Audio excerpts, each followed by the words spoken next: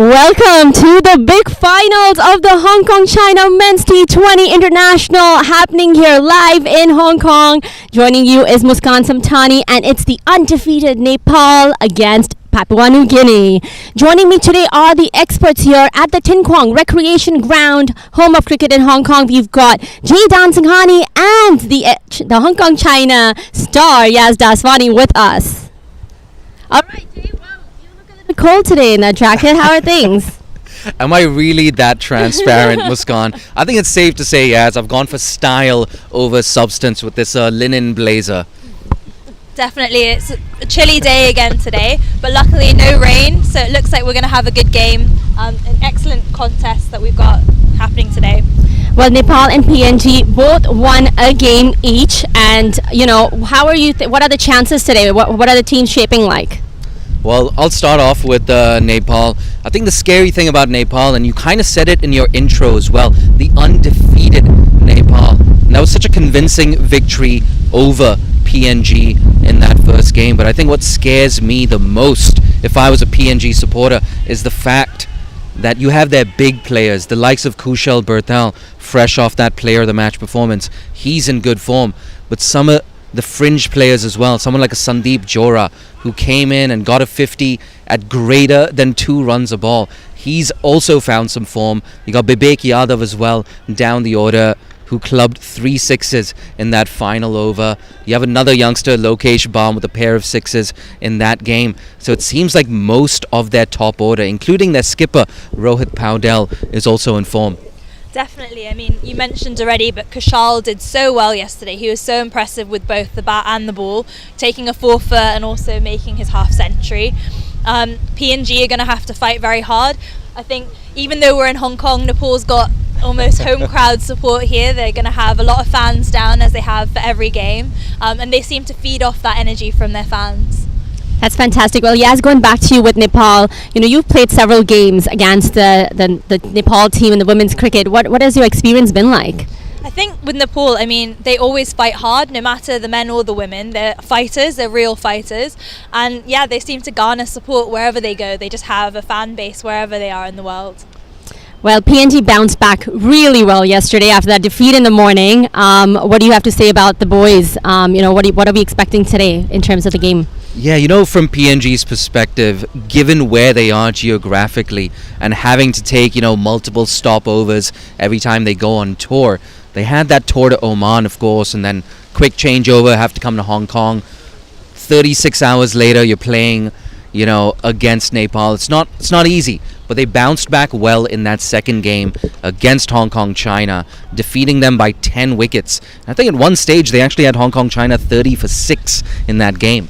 What was so impressive with the PNG as well was their bowlers. I found their bowling attack, and particularly their pace attack, just getting the ball to nip around, taking all their catches, taking all their chances. They're just so dangerous in the field, and I think that's their real strong point. They were hitting that pitch nice and hard as well. The likes of Ale Now, Norman Vanua, the left armer as well, Kabua Morea.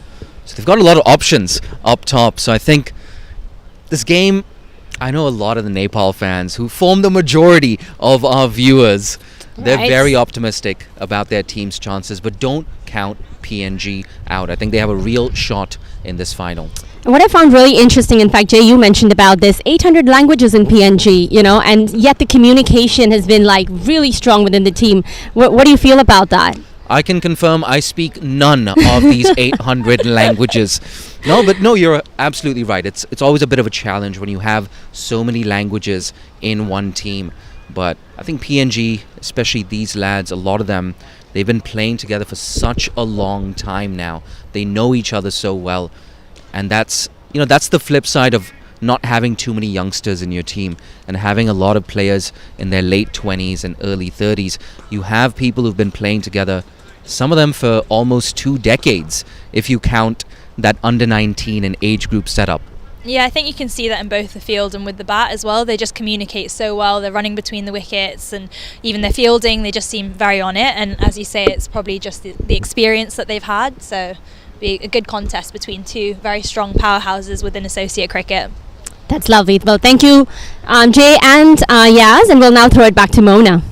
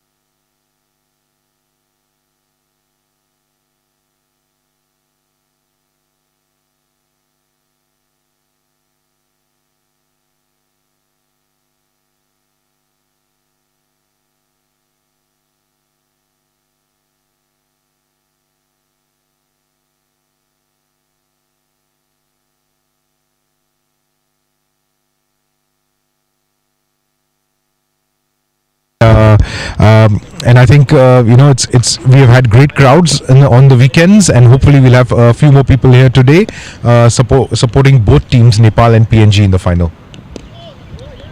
And how good is it to have these two World Cup bound teams in Hong Kong? I think it's a privilege. I think it gives us inspiration, gives all. Qualifying for the World Cup, a T20 World Cup, is a huge achievement for any associate. Hong Kong, China has also qualified previously for 2 World Cups, but every time we do and any team qualifies, it's an inspiration to other associates, and we hope to replica and hope to be in one of these World Cups in the future ourselves. And as you have said, after COVID-19, you guys have been putting on back-to-back tournaments afterwards. And what are the upcoming plans for Cricket Hong Kong China after this tournament? I think more international teams, more cricket. We will have a women's T20I series later this year. Similar to we had one last year with Tanzania, Nepal, and Japan had come over. We will have another series coming up, and hopefully some bigger events also coming up, cricketing events in Hong Kong as well. But that's all I can say for now. Thank you so much, and that's a wrap for us here. Throwing back to Muskan.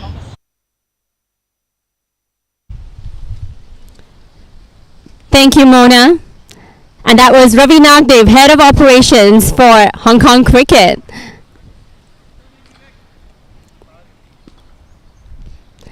Well, now let's chat a little bit about the exceptional broadcasting and PR standards that we've seen here at Hong Kong Cricket. Yeah, no doubt. Gone. I think you said it. The broadcast, once again, one of the best, if not the best, in-house production in associate cricket. Fantastic work by the entire production unit. But also, I got to give credit to everyone involved with Cricket Hong Kong China. It's not easy, time after time, to try and pull off these multi-nation international events. We've seen Fairbreak, of course, come to Hong Kong, the ACC Women's Premier Cup, a lot of men's bilateral and tri-series as well. And I mean, yes, you've seen it firsthand. Yeah, it started with the sixes way back in the day. Then you had, as you said, Fairbreak. We had the Blitz, the T20 Blitz. It has been awesome.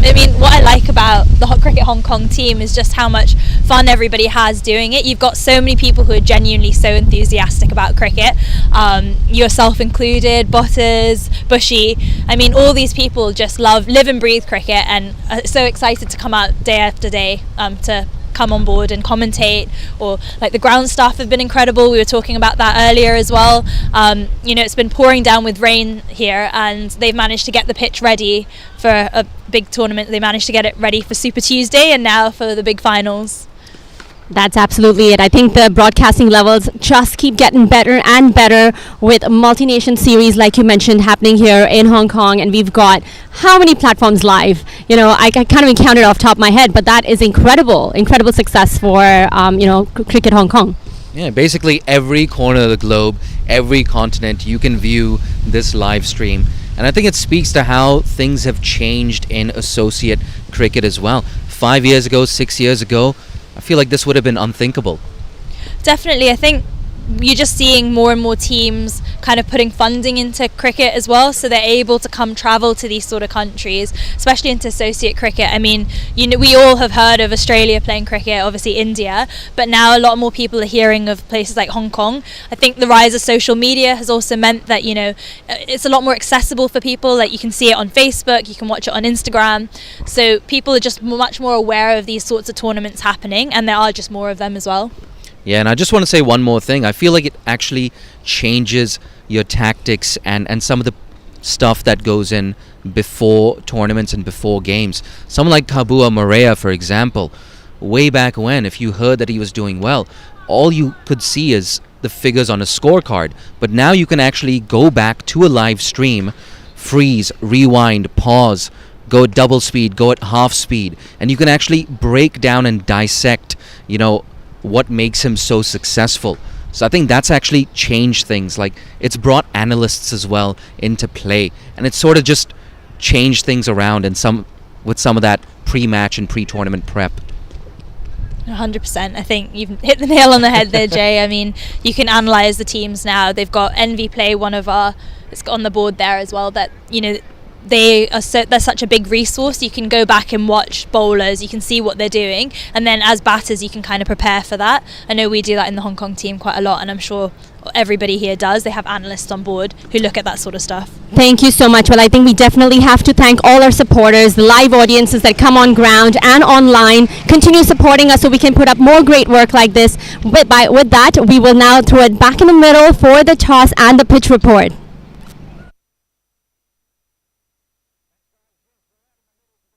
Final of the Tri-Nation Series 2024 T20I between Nepal and PNG. The captains are out here ready.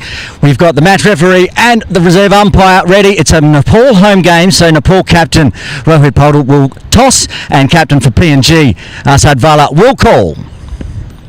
Heads is the call, and it's 10. Nepal won the toss. Nepal has won the toss, and I believe you just said, Rohit, that you're going to bowl. Yeah, we're looking to bowl first, especially looking at the conditions and overhead conditions. I think bowling first is a good option, utilising these conditions. Now, there was a game this morning. Did you catch any of it? There was runs to be made. The idea to bowl first didn't dissuade after Hong Kong trying to put on 235? Yeah, absolutely. Hong Kong played really well, I would say, especially. But having said that, I think bowling first and putting the ball in correct area would be a good option for us, and we will try to restrict them as low as possible. Speaking on that point, do you have a target in mind of what you think you can restrict them to in the 20? Looking at this ground and this condition, I think anything around 170, 180 would be a good score to chase. Well, good luck today in the final. The captain from Nepal, Rohit Paudel, and the captain from PNG, it's Asad Vala. Didn't win the toss. Would have you batted or bowled? Didn't matter. Like just a good wicket. In the final, you want to bat fast and put some runs on the board and put pressure on our position chasing. So no, doesn't matter how it went. But hopefully we can put up a good run and defend in the second innings. Now, you played 2 games yesterday. Is the team rested up after back-to-back games? Yeah, we are rested. Boys are fresh and looking for a big game. Hopefully we can execute our skills that we did in the second game. It's a fresh game, so we need to start again. Hopefully we start well with the bat. Well, you played Nepal yesterday morning and there was a loss to PNG, but that big win in the afternoon to get into the final against Hong Kong, China. Which side does today's side look more like, the morning side or the afternoon side for the team list? We just want to focus on ourselves and play some good cricket. Whatever happened yesterday, it happened, and now we're playing in a big final, so hopefully we can bring our best cricket for today. Well, good luck to the captain of PNG, Asad Vala. Both captains now going back to their respective teams, and now it's time to have a look at the pitch. And with the pitch report for the big final, it is Matt Botters-Botfield. Thank you, Bushy, and good afternoon and welcome from me, Botters, to Ting Kwong Recreation Ground. A big warm welcome. Well, I wish it was warm because the temperature has dropped significantly. The breeze is up, but rain looks unlikely. Fingers crossed. Let's have a look at the wicket. I would say it's a typical Ting Kwong Road Recreation Ground wicket. Few cracks around the batters, unlikely to cause them a lot of problems. Looking at the middle of the wicket, very green. Don't be put off by that. It's a batter's paradise. Runs galore this tournament. Runs galore in the third versus Hong Kong A this morning. Expecting runs this afternoon. Bushy, are you expecting the same? I am expecting the same. We always see lots of runs here at Ting Kwong Road Recreation Ground. Right in front of us, Botters, it's the trophy, the Tri-Nations 2024 T20I trophy. One of the two teams, Nepal or PNG, will be taking that one home. Nepal won the toss. They elected to bowl. Good decision, or would have you batted? I would have had a bat personally. I think it's a batter's paradise. Get some runs on the board, but I know these teams, they love to chase in T20, so I can't argue with that decision really. Both teams off to the World Cup. Both teams here today playing for this big trophy in front of us, Bushy. Yeah, and both teams played games since last Saturday. They've had a win and a loss and win and a loss. So both teams even. Yesterday, Nepal getting the better of PNG. Do you think PNG will be fighting back today? I think they're every chance of fighting back today. I think we're in for a really close game. I really do. I think it's runs galore. The pitch, as I said, is built for runs, and I expect to see a lot of them. Well, we'll be seeing the likes of Tony Ura from PNG coming out to bat. Got his record yesterday for PNG, the most 1,500 runs. First player to 1,500 runs in T20Is for Papua New Guinea, and he kept going on with it as well, and they've got some firepower in that PNG batting lineup. Well, they do. They absolutely towed up Hong Kong China yesterday to earn the spot in the final, and what a well-deserved spot. Win by 10 wickets over Hong Kong China on their home track. That is some victory. That sets them up well for more runs again today. And we'll talk about Nepal. They're going to bowl. We had a special bowler yesterday, a man that had only taken 3 wickets in T20Is in his entire career for Nepal. Kushal Bertel takes a 4-for, gets 4 for 12. Bowled beautifully, and that's the thing about cricket. It always throws up something different. That's why we all love this game so much. Just looking at the weather, Bushy. I think it's going to be all right. Forecast scattered showers.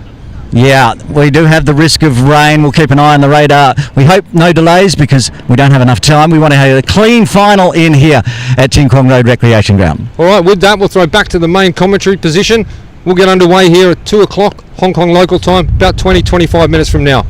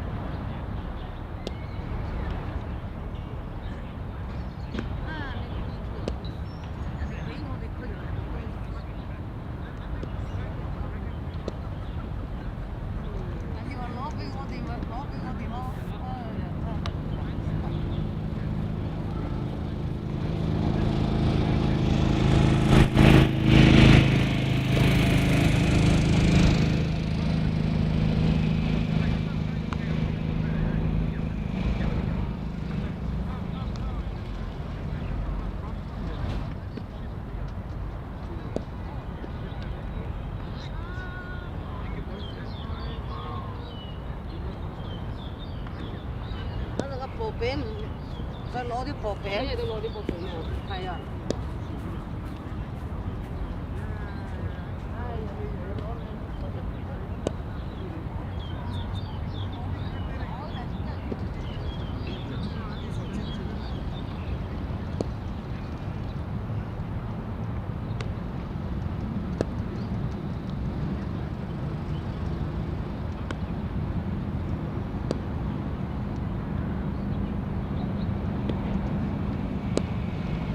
โ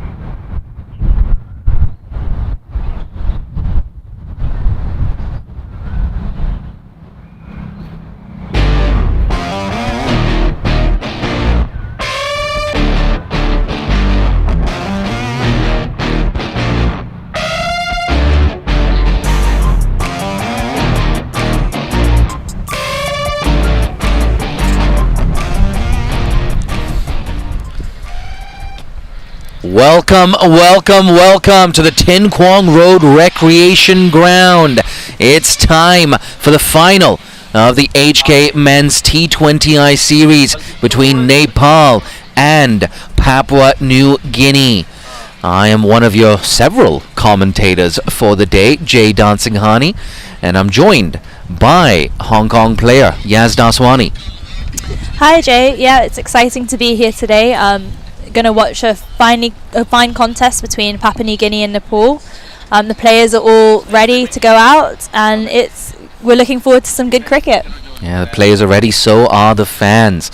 More and more people keep pouring in to the Tin Quang Road Recreation Ground. It's safe to say most of these fans are here to watch Nepal. You see those Nepalese flags flying as well in the distance. And we spoke about this a bit earlier, Yaz, with Nepal. The crowd almost becomes like a 12th man.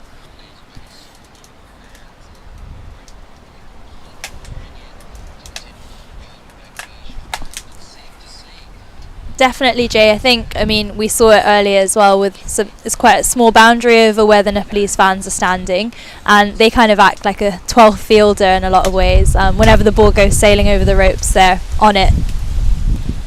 Yeah, no doubt. It's always nice to see Nepal in action, and a big reason for that is that atmosphere that the crowd creates. But if you're just tuning in now, the news from the middle is Nepal have won the toss and elected to field first.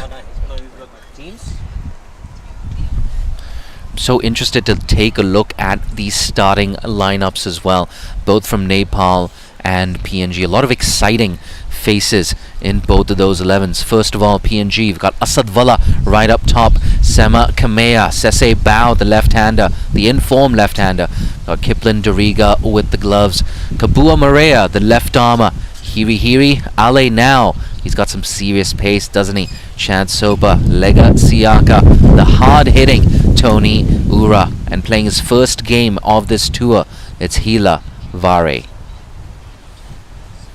And for Nepal, Riaz, you're going to run us through this team? From Nepal, we've got Rohit Kumar Padal, who's captaining the side, aged only 21. Didn't make any runs the last time, but we're looking forward to him making runs this time. Kushal Patel, Binod Bandari, Lokesh Bam, Bibek Kumar Yadav. Arif Sheikh as well. Yep, Sandeep Jora, Gulshan Kumar Jha, Pratis GC, Akash Chand, and Karan KC. Oh, Karan KC. I'm a huge Karan KC fan. Who isn't? Anyone who follows associate cricket, that man on the right of screen there, Karan KC, he has a big role to play. Binod Bandari with the gloves. He's got some good form at the top of the order. Sandeep Jora as well. What an innings that was. I know it was Kushal Bertel who ran away with the Player of the Match award, but don't underestimate the importance of that Sandeep Jora half-century. You can see those fans as well. They've got the hoodies, the parkas on, the down jackets coming on as well. It's cold. Yes, it's cold. It is indeed. It's very windy. You can see that from the Nepalese flags flying away in the wind. But at least it's not raining. It's a positive. Yeah, I'm glad you mentioned that, actually. I think that's a big reason why Nepal have decided to field first upon winning the toss. You never know. DLS might just come into play. Exactly. It did in the first few games, definitely. So it makes sense that they'd choose to field first. Yeah, so I think a good toss to win here for the Nepalese. But from PNG's perspective, look, it's still a really good wicket to bat on. And you never know, right? Runs on the board. Both openers as well in good form. Picking up a half-century apiece against Hong Kong, China. But I just want to go back to the way they bounced back against the home team, winning by 10 wickets yesterday. It was very impressive. I mean, to go and win that game with no wickets down, just the way they bowled and fielded as well. They just kept pressure on the Hong Kong batsmen throughout and kept taking regular wickets high up the order. Tony Ura as well. One of those half-centurions padded up. He's an absolute legend of Papuan cricket. Averages in excess of 30, strikes at 157. How's that for a strike rate in the shortest format? It's an excellent strike rate. Definitely someone that you'd want to have on your team, and high up the order in the power play can really take advantage of the only two fielders out. You see John Prakash and Shelton De Cruz, the standing umpires, striding out to the middle. Nepal, they're ready as well. They're feeling confident. You see Gulsan Zah and Kushal Burdal having a bit of a light moment there. They're going to be feeling very, very confident. They've bounced back as well. They lost quite convincingly at the Friendship Cup to Hong Kong, China. But then coming away with an 85-run win against PNG to make it into the final. Just as we predicted. It's Sese Bao and Tony Ura who are going to open things up here for the Pacific Islanders.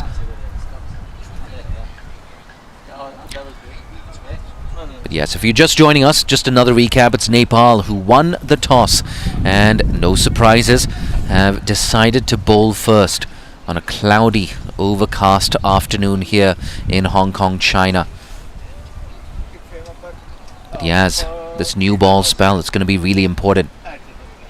We've seen wickets fall quite quickly. We've seen quite a few catches being taken, and pace really does look dangerous on these wickets. So the opening overs are going to be really important, and the power play in particular.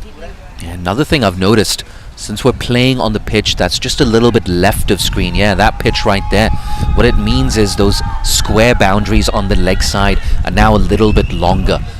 So I wonder, someone like Karan Casey who hits the deck nice and hard, it also gives him the option of maybe utilizing that short ball tactic. I don't think we're going to see that in the power play though. That's something for later. But he's a big player, isn't he? The top wicket taker for Nepal in this squad. The spearhead, the experienced Karan Casey. He's going to be bowling to the equally experienced Tony Ura to kick things off.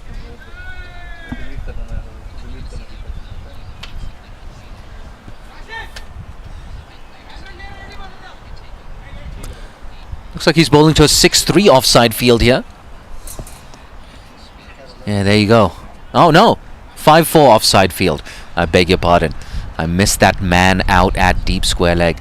Fine leg, mid-wicket, mid-on in the circle. Got mid-off extra cover. What looks like a cover and backward point in the circle. And a deep third on the boundary.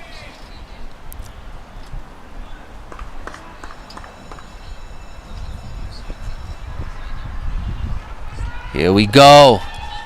Umpire John Prakash says, let's play. First ball of the big final. Good start. Bit of angle into the left-hander. Right-hander, rather. First runs on the board for Ura and PNG.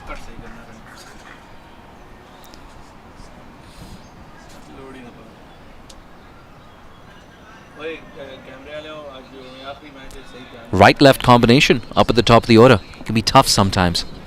No, and as we saw last time, the keeper comes up, Binod Bandari coming up to the stumps for the left-hander. He did that as well against Hong Kong, just to put pressure on the batters early on. I'm not surprised that you're noticing what the keeper is doing. Yaz Daswani. Often see her with the gloves for the national team. Great to have you on commentary. Takes a brave keeper though, standing up to the stumps to Karan Casey. He's going to be bowling to Sese Bao. Squared him up, and that's been taken by short third. Karan Casey. It's only taken him 2 deliveries to get into the contest. Bao gone for a golden duck. PNG 0 for 1 in the first over.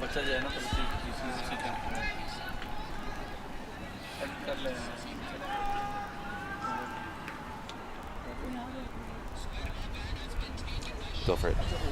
Excellent ball there by Karan Casey, just darting the ball into the left-hander, and a brilliant catch as well taken there. Yeah, it's classic new ball stuff, and it brings the skipper to the crease at number 3. Asad Vala wouldn't have been expecting to walk out in the first over. Yeah, it's nothing complicated there. It was just that angle in, that movement away. First wicket down.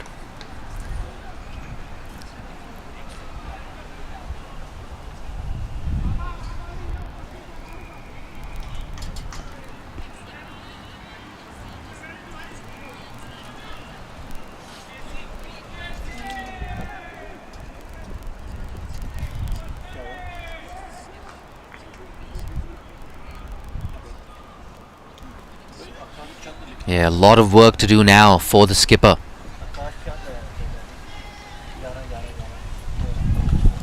Just one run on the board. They've already lost their first wicket. If anyone can rescue them from this predicament, it's the captain himself, Asad Valla.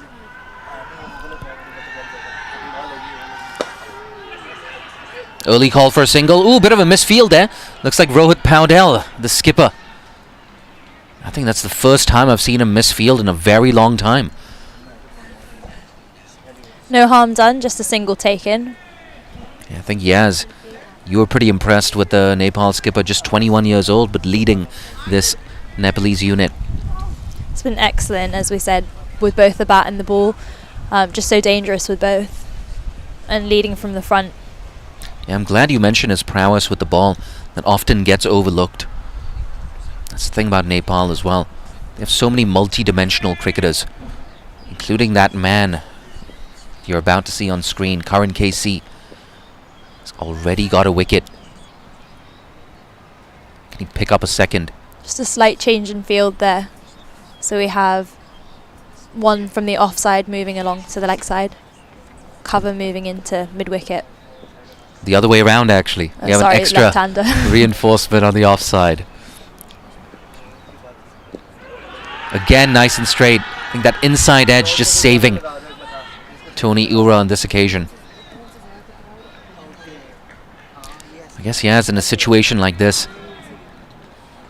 it's very important to just see out that new ball. Definitely, you don't want to lose too many wickets too quickly. And Karan Casey is looking very dangerous at the moment. So you just want to see him out. Last thing you want is that crowd turning against you as well. You want to silence that crowd. Most of them, practically all of them, up on their feet right now. Long off has now dropped back to the boundary. Play and a miss there. They'll scamper through for one as well. Good awareness there from Valla. Waiting for the signal, in fact. Yeah, signaled buys. I think that one just popped off Binod's right glove. That's the thing about Karan KC. He tends to hit the deck very hard. We saw that with the first wicket. We saw it again just now. And what more can you ask for as a skipper? You win the toss, choose to bowl. You want your most experienced seamer, the leader of the attack. Given the new ball, you want him to strike early. That's what he's done. Last ball of the first over. Oh, it's popped up in the air, just over Karan KC. Streaky single there for Asad Valla, but he survives. End of an eventful over. It's 4 for 1 after the first over. Could have had a second there, Yaz. You could just see Karan's face as well as the ball went over his head. He knew that he wasn't in reach to that. Yeah, he just seems so relaxed, so comfortable with where his game is at these days, Karan KC. Not just with the ball, but also with the bat. He's a very self-assured cricketer, is Karan KC.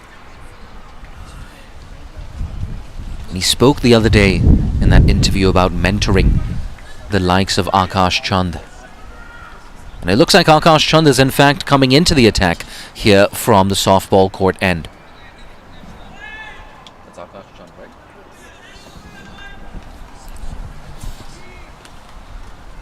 I'm excited. Akash Chand, he's got some serious pace. He's bowling to the PNG skipper. It's down the leg side and signalled wide. Well taken there by the keeper. The ball just missing the batter and sailing over the stumps.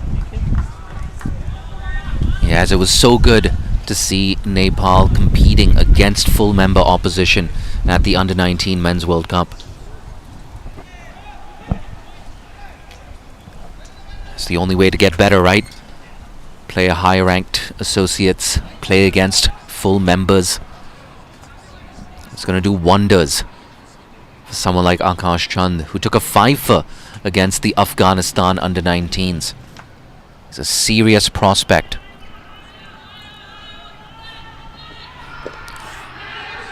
I'm not sure why he's appealing there. I guess he's an optimist.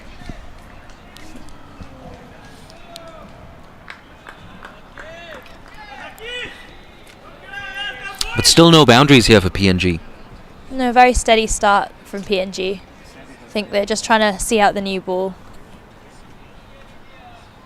Yeah, look at that. I think that's Sagar Duckle over there. Duckle having a chuckle with Karan KC. I'm very proud of that internal rhyming. It's going to stick to over the wicket to the left-hander here. Chand.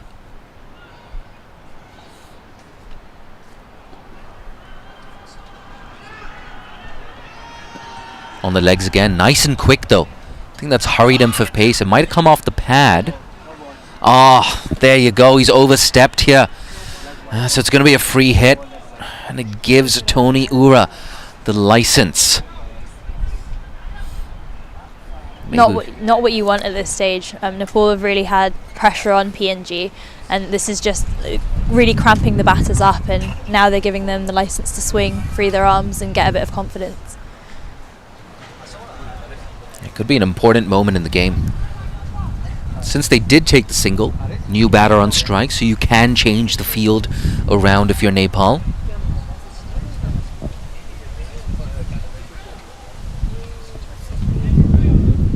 Yeah, they're going to stick to that 5-4 offside field, but deep square leg has come into the circle. Deep third coming into a short third. Long on and long off back. Yeah, I wonder if this means he's going to go for that fuller length delivery. Free hit, Akash Chand to Ura. He does go full and Ura goes bang. Look at that. That sailed into deep extra cover for the first 6 of the day.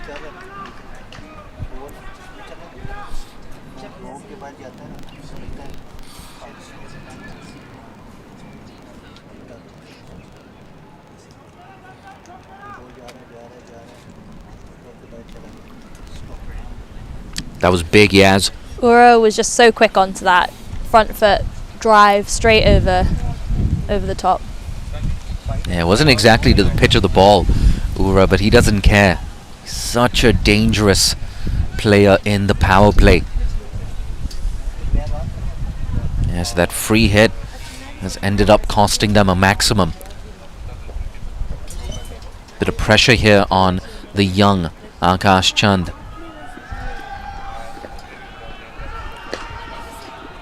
Intelligent. A maximum followed by an easy single on the offside. Taking that pressure off, hasn't it? That free hit and the resulting maximum.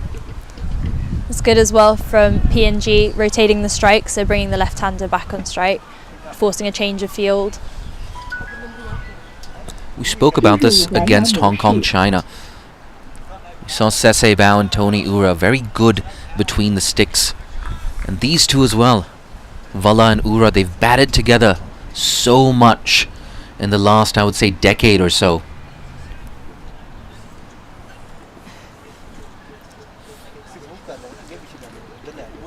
Halfway through the second over, it's 14 for 1. Down the track, it's high, it's in the air. It looks like it's gone over the keeper, or has it? Oh, yes, he takes it. Fantastic take by Binod Bhandari. That catch was suspended in the air for what seemed like an eternity. And they've got a second one now, Nepal. It's the end of Asad Vala for 2.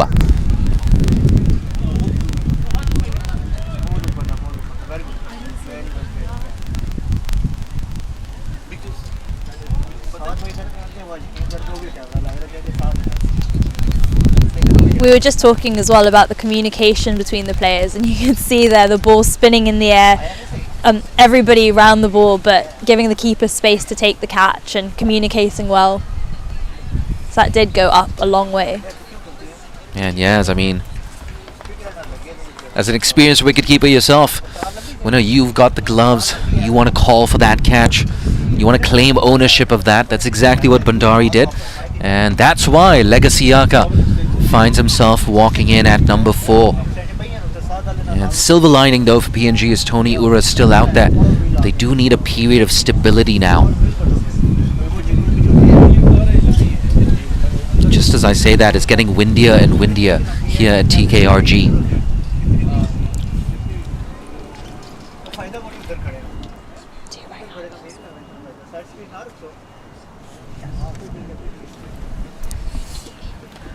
Nepal will be happy as well to see the back of the left-hander. Got 2 right-handers now. It's a good boost for Akash Chand also, after being smashed away over deep extra cover for 6, to recover, to strike back with that huge wicket. The wind continues to blow. First ball for Siaka. That's full, bit of movement away. It's close to the outside edge. There's not a single Nepal fan right now who's sitting down. They're all on their feet. They love this start from Karan KC and Akash Chand. Spoke about how PNG's opening bowlers have some serious gas. Well, what about Nepal? And what I like about Nepal's bowlers as well is that they're willing to change it up. I think that was a slower bowler there, and as you say, it was shaping away. Keep the PNG batters guessing. They're loving it. They're loving it. The Nepal fans. Last ball. That's intentionally played down to Karan KC at deep third. A single to round off. Yet another successful over for Nepal. After 2, it's 15 for 2.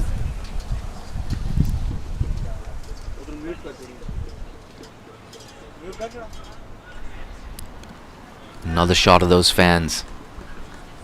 Some of them have sat down. I guess they're tired after screaming and shouting in those first 2 overs.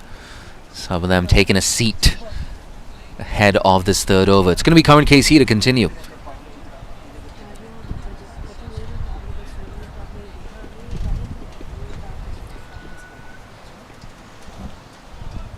Keeper's gone back, interestingly. I think a big reason behind that Siaka, apologies, that Sese Bao dismissal, was the fact that the keeper was up to the stumps, and the left-hander, he does like just dancing down the track or batting out of his crease to smother the swing. It's the swing that did for the left-hander. Can he get a second? Karan KC. That's flat batted. It's high. Gulsanzad. Oh, it's in and out. Could have so easily been a third wicket. And how much is this going to cost the Nepalese? Siaka dropped on 1.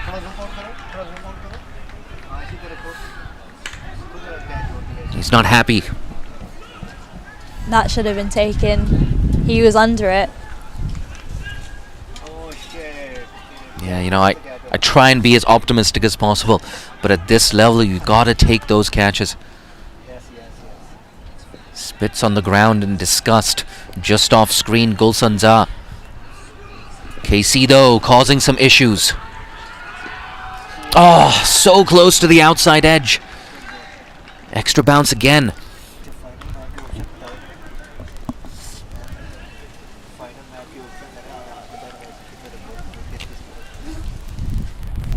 We saw that as well with the Nepal-Hong Kong game. Just that outside off sort of line really causing trouble for the batters. It just seems to pop up a bit at the last minute. The doorway to departure, as Damien Fleming likes to call it. No, you're right, Yaz. You want to be bowling in that very channel. Again beating the outside edge.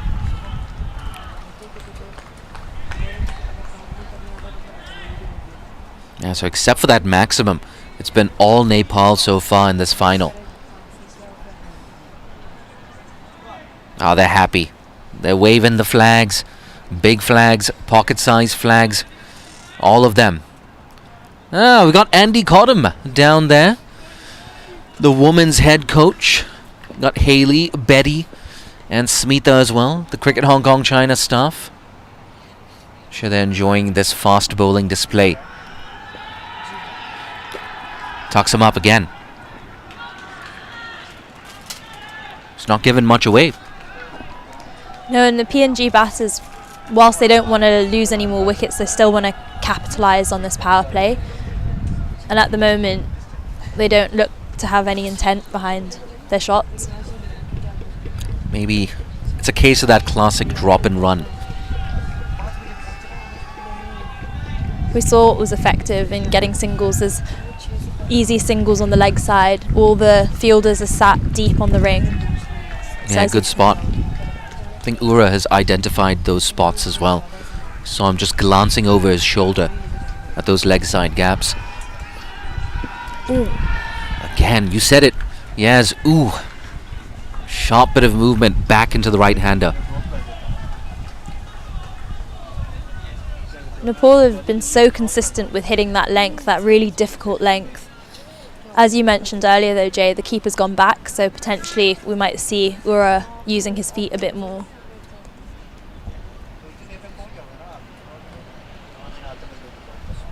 And he's got to be the key man at this stage for Papua New Guinea. He's in his mid-30s. He's been around for a long time, Ura. Oh, inside edge. Could have gone on to the leg stump. Instead, it goes down to deep fine leg for a fortuitous boundary.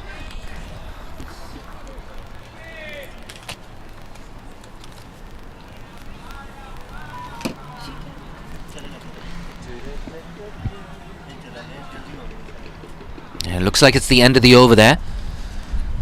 So fortuitous way to end that over for PNG. Ura survives. He's into double figures. He's on 12. And after 3, it's 20 for 2. 5 ball over. Oh. Was that a 5 ball over?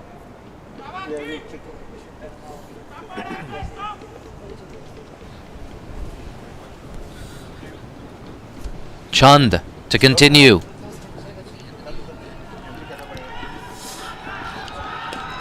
That's high again. Another chance. Current KC. 3rd wicket down. Nepal have another big scalp.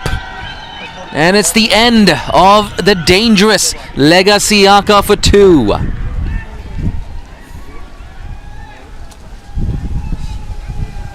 Yeah, it's another big moment in this game. That's a huge wicket, I think. PNG at the moment, all catches, edges. They're really going to need to knuckle down and kind of bat deep here if they want to put a big total on the board.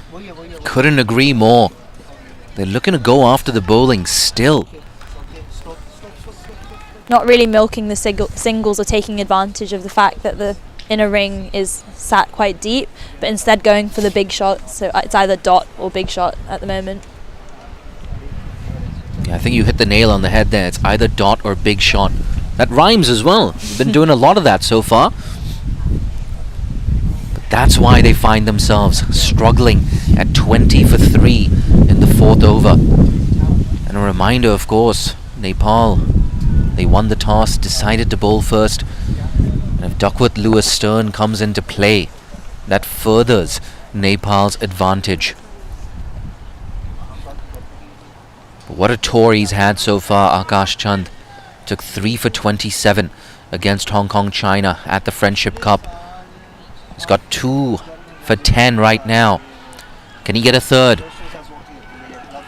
Nicked and just past that first slip fielder. I don't think that carried Yaz. But again, finding movement. Akash Chand creating issues.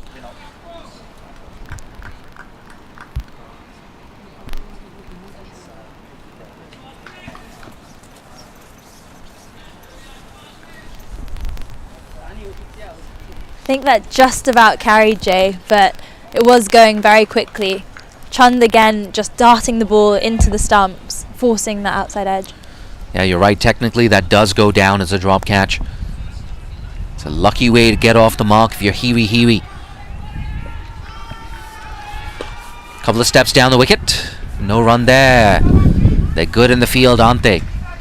Just just so quick and anticipating the ball and just so quick on that.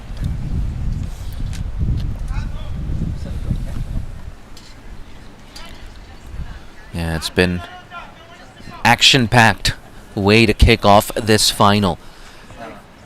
PNG, not too long, not too many issues with that run rate. It's the wickets column.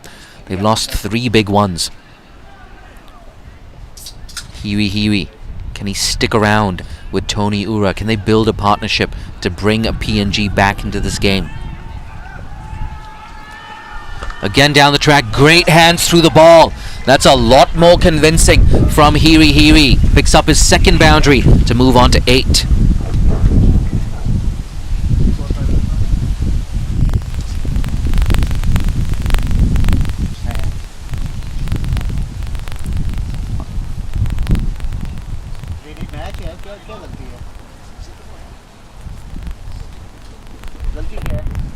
Just quick early movement there by Hiri. Even before the bowler had released the ball, he was down the track, and as you said, quick hands through the ball. He's in decent form as well. Scored 28 the other day. Hiwi. 28 against Nepal. Can he go bigger? Top edge. It's going to carry. It's going to go all the way. Second maximum here for PNG. A bit fortuitous. But PNG, they're not going to mind. No, it's a case of fortune favouring the brave here. He's come down the wicket for the 3rd time and just top edged that for 6.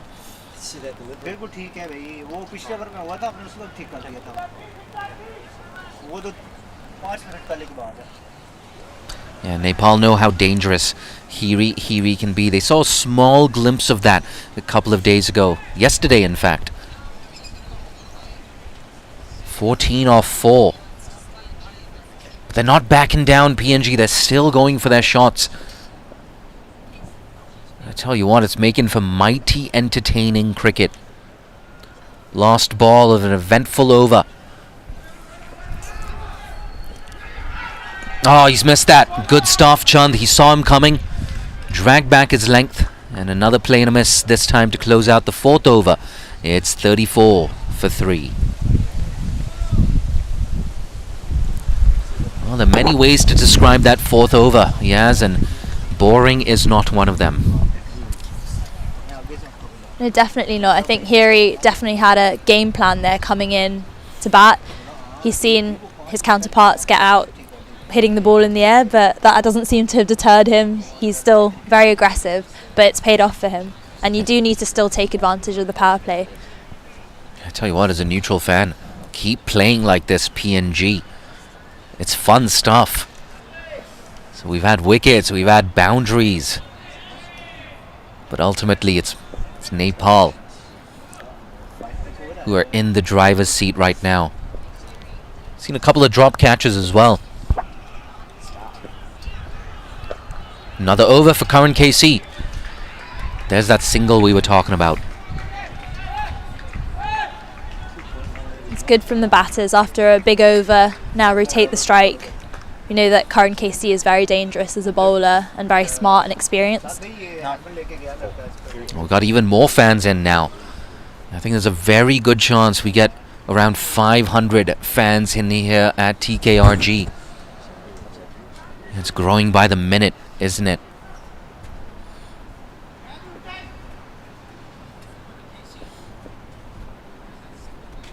Yeah, some of them, in fact, are standing outside the ground.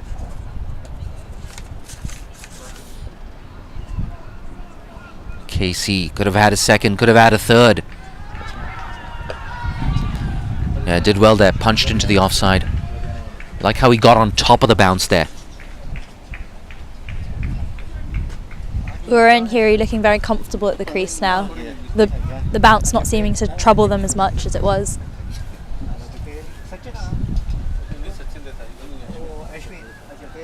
It's important from a PNG perspective as well. Once they build a bit of a partnership, you'll kind of see that energy change from Nepal's bowlers and fielders.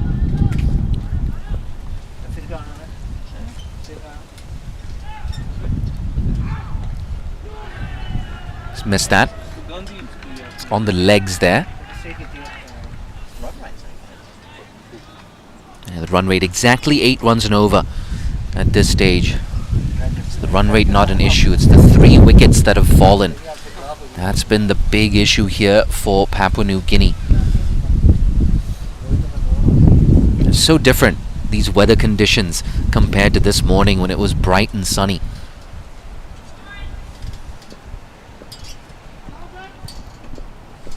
Three balls left in the over. Been given a third over so he can pick up a wicket. Oh, that's down the leg side. I think he's got some bat on that. We're waiting for the signal from the umpire. No, signaled wides in fact. So that's 5 wides down to deep fine leg. It's a bit loose there, Yaz. It's the only loose ball I think I've seen from Karan KC today. He's been so good with the ball, with both his line and length. Just straying there a bit, but I think that's, if you're targeting the pads, that's where you're probably going to miss. Yeah, good shout. Karan KC showing that he is human after all. He's striving for that extra yard of pace, isn't he? That's extra yard of pace right there. Bit high on the bat. Down to deep square leg for 1.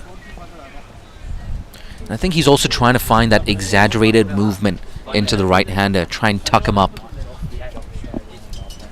It's worked well so far against all the batters. Really tucked them up and caused some leading edges or some missed shots. So if it's working, stick with it. Yeah, you're right. He mixes it up with those deliveries that just shape away as well. So it keeps you guessing as a batter. Plain a mess. It was a wild swing and appeal for stumping. Optimistic appeal. 1 ball left in the 5th over. If you like what you've heard so far, you can always follow me on Twitter at jdancinghani, on Instagram at jdancinghanicoms.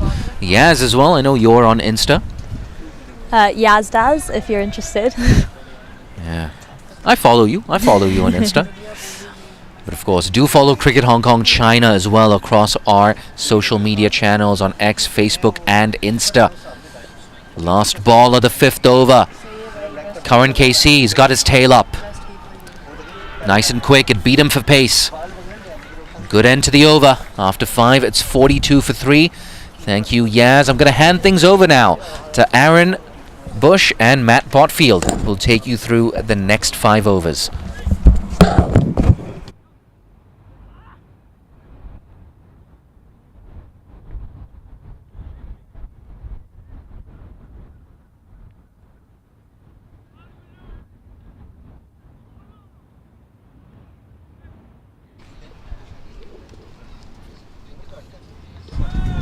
Thanks, Jay and Yaz.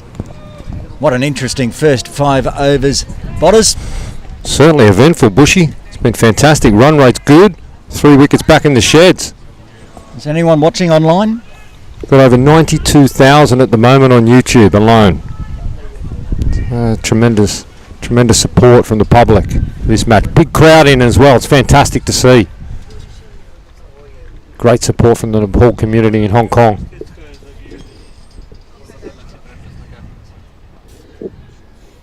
Changing bowling from the softball ground end. Gulshan Jha into the attack. Tony Ura on 14 on strike. He just eases it to square leg for a single. Important partnership this one for Papua New Guinea. Both very dangerous batters. Last over of the power play. Both on 15.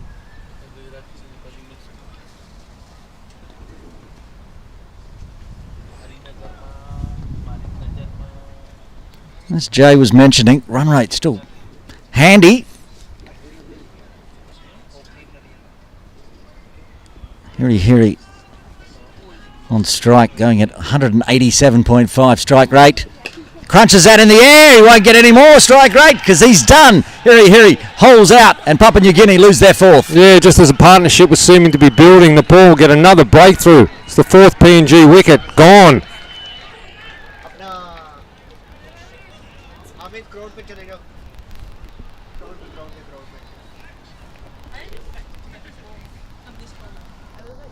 Yeah, change of bowler brings the 4th wicket. Gulsen Jar.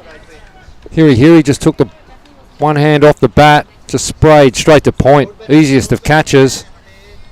Run rate good, wickets not so good for PNG. No botters, and Hiri was almost caught off the first delivery he faced. Now no troubles there for Pradesh GC, taking an easy catch. Gulshan Jar gets a wicket after 2 deliveries. He started very well, the young man, bowling from the softball ground end.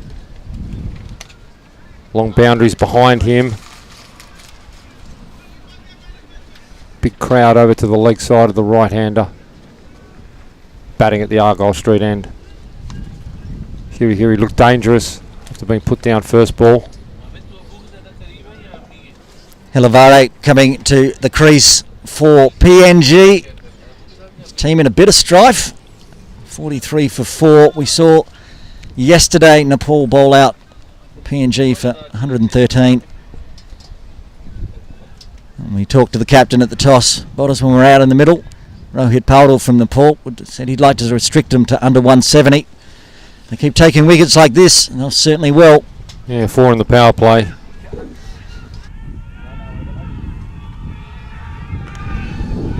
Oh, that's going to be a 4 to start with. Just rocketed off his bat, leant back on it. Just all timing. Beautiful cricket shot.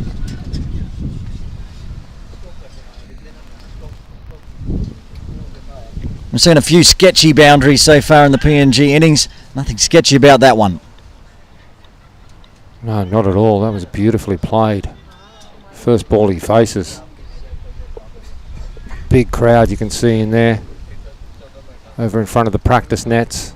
All packed in. Jar again. Eased this one. Down deep third on the ropes. We'll pick it up, keep it to a single.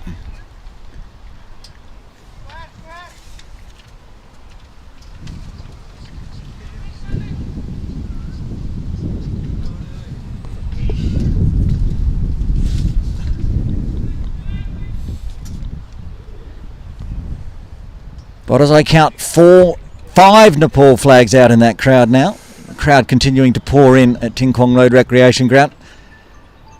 Pretty much overwhelmingly supporting Nepal. As Gulshan Jar comes in again. 2 balls remaining in the 6th. That one's crunched through the offside. Another 4 boundaries. This time Tony Ura showing his class. Class indeed. Found the gap beautifully. Again, beautiful timing.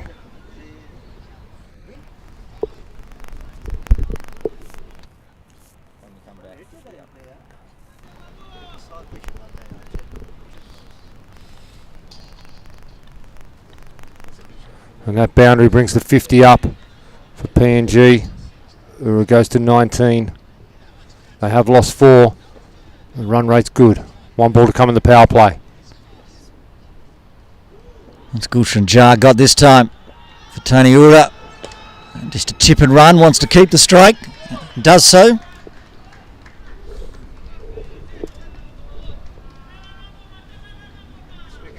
Just on that, Bushy, I see another Nepal flag coming in at the end of the power play. It's 53 for the loss of 4 wickets. There's at least half a dozen or more Nepal flags out there now, probably up towards 10 or above. Not going to lie, it's probably my favourite flag in the world. That's a beautiful flag.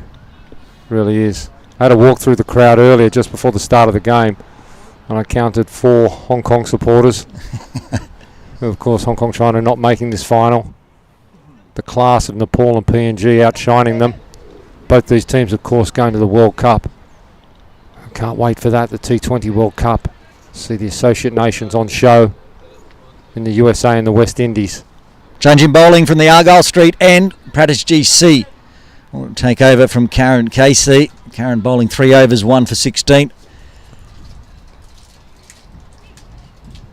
The first time you've watched a game from Ting Kwong Road Recreation Ground, Botters, you know this is the end where you attack as a batter. Yeah, the bowlers cannot be too full here. It's very short boundaries straight down the ground. It can be tough to bowl from this end. Can't be too full. This is the run scoring end Ting Kwong Road. Left armour around the wicket, into the body, so runs. Everyone back on the ropes in front of square, so easy single. Yeah, just on the leg a bit, but it's the right length. That's the length he's got to be.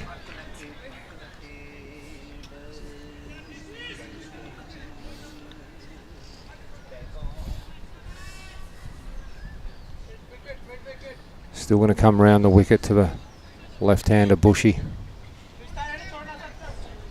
Interesting choice. Bit of field change, 2 back, 3 back on the leg side, deep square, deep mid-wicket, long on. Fine leg up inside the circle. Third is outside on the rope, just with his hand up, seeing if he should come in. No, stay back. Deep mid-wicket has now come inside the circle. Again around the wicket and gets the angle across nicely. Keeper up at the stumps. Keeping Vare in his ground. A lot of field changes going on every ball. It's going a bit wider now down at third.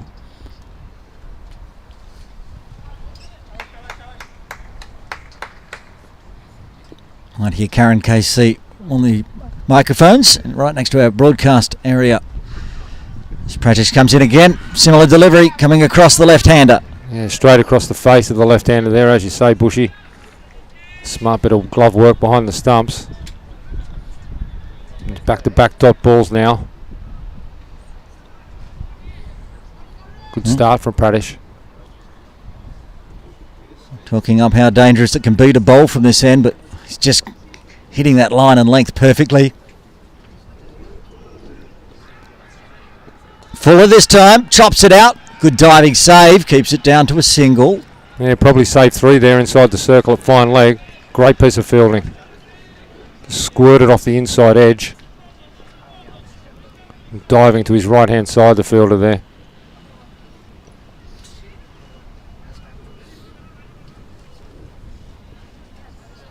Two balls remaining in the 7th. Now the right-hander back on strike. Tony Ura on 21. Wrapped on the pads. Really wasn't an appeal in the end.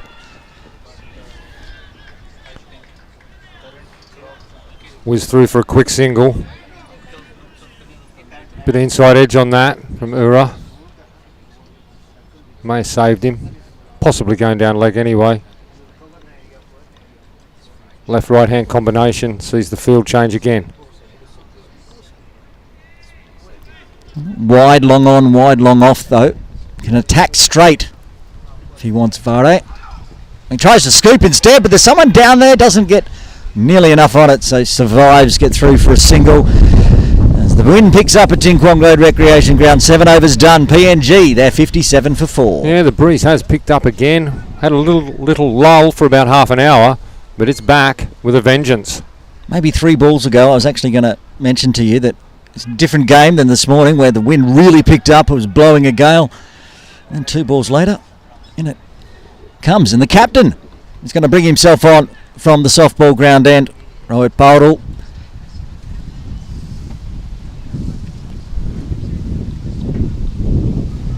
Just watching the weather radar as well, Bushy, and I think we're okay at the moment as far as rain is concerned. Certainly not warm. Total overcast sky. No rain near us at this point, which is great news. Saw Hong Kong coach Simon Willis there. He stayed around to watch this game. There's Paudel. Goes full. Oh, it just missed the outside of the off stump. Oh, that didn't miss by much, I tell you. I thought that was going to cannon into the stumps. Very lucky there. Tony Ura just coming down, having a word.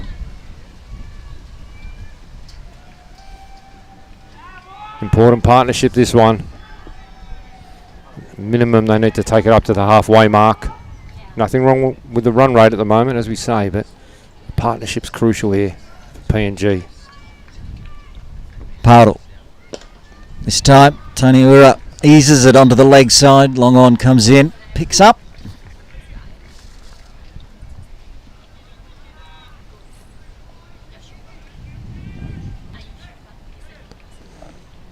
More field changes with the right-left combination. 2 behind point inside the circle. Round the wicket goes the reverse. How did he not play that one on? Gets away with it. Gets down for a single. Well, Vare's riding his luck here, isn't he? Last 2 deliveries could have easily removed those bails, but he survives. I think Tony Ura's looking down at him saying, just hit the ball. Yeah, hit the ball in front of the stumps. Yeah, he's trying everything to hit it. It is Ura on strike. Shorter, this time crunched onto the offside. Work to do for the sweeper. Cannot cut that off.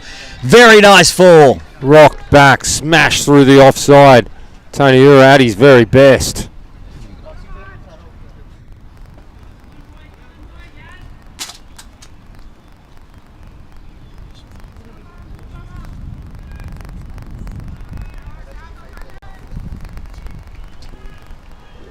Back live. This one just tapped back to the bowler for a dot. And Powdell got that one better. That's the length he wants to be. Nothing wide. Ura will take advantage. Anything full. Just eases that one. Watchful. Tidy over apart from the boundary. But good runs. 6 from it for PNG after 8. They are 64 for 4. Yeah, going at exactly 8 runs and over. 2 to come till the halfway mark, till the drinks break. If they can get there, 4 down, that's a platform to build on. I think at the toss, Powder was saying he wanted to keep them 170, 180. You said Bushy, right on track to do that. But if Ura's out there for another 10 or so overs, could be a bigger score than that. I think on that reverse sweep that Vare went for, he damaged the bat. Perhaps when he was running, it got a bit of a crack. He dropped it on the ground when he got to the other end, and he's now replaced that bat. And he's on strike with Prattis GC coming in for his second over.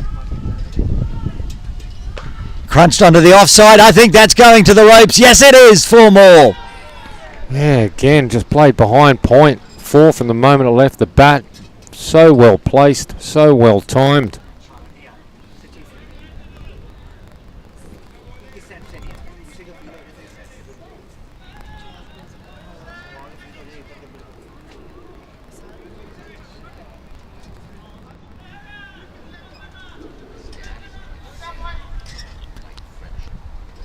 Boundary brings some field changes, strengthening up the offside field.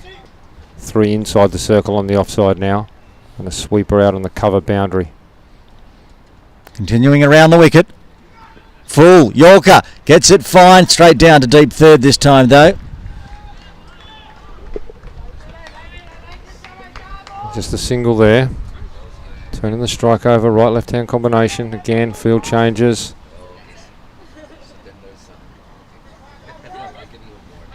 Partnership coming along quite nicely now, Potters. 26 off 18, including 4 boundaries. All 4s. Ura on 27. On strike. Just punches that one back to the bowler for a dot. Lovely piece of fielding off his own bowling there. Really was. Prattish. Sensational.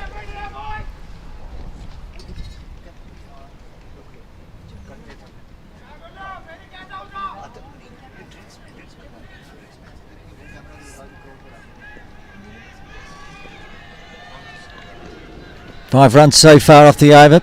Nice delivery for a dot. This one eased onto the leg side behind square. Plenty of coverage. Yeah, good arm back in. Score up to 70. Run rate tickle over 8. Vare 13 off 10. He's ridden his luck. Yeah, change from Prattish. He's now going to come over the wicket to the left-handed Vare. First time in 10 balls. This will be the 11th. Over the wicket. Gets it lofted, but nobody there. Bit of bottom hand, but still gets through for the single. Yeah, nearly brought immediate success. 2 inside on the off. Split them right down the middle. 1 to come in this over to finish the 9th.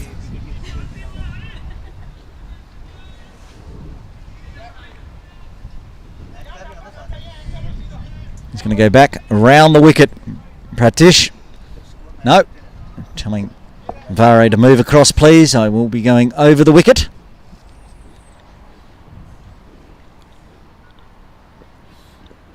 Up over 97,000 live viewers now, Bushy, just on YouTube Cricket Hong Kong page alone.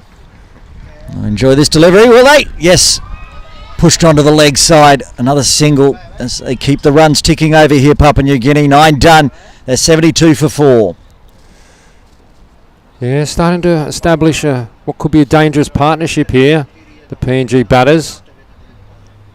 Important last over before the drinks break. We said it earlier. If they can get through with 4 down after losing 3 in the power play, they're actually quite well positioned to put on a big one.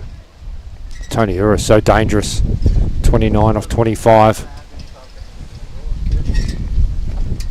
As the breeze gets up again. Another new bat called for. I think it must have been Ura this time. The captain, Paudel for Nepal, will continue, but hesitates, makes a field change, brings his fine leg a little bit finer inside the circle.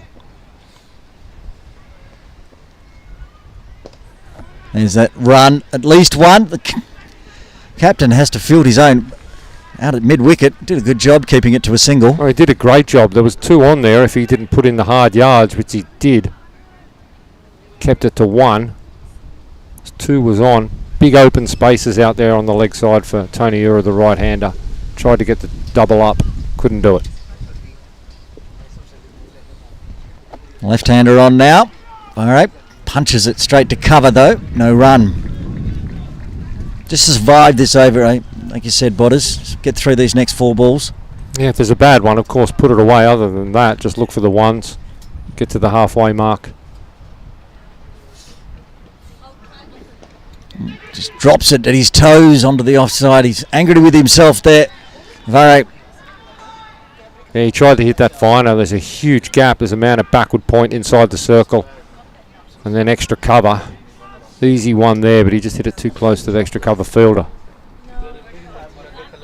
On the toes this time, so those vacant paddocks on the leg side for both batters allow through for a single. Yeah, ran the first one very hard there in the hope of 2. The fielder came off the boundary very swiftly and cut off any chance.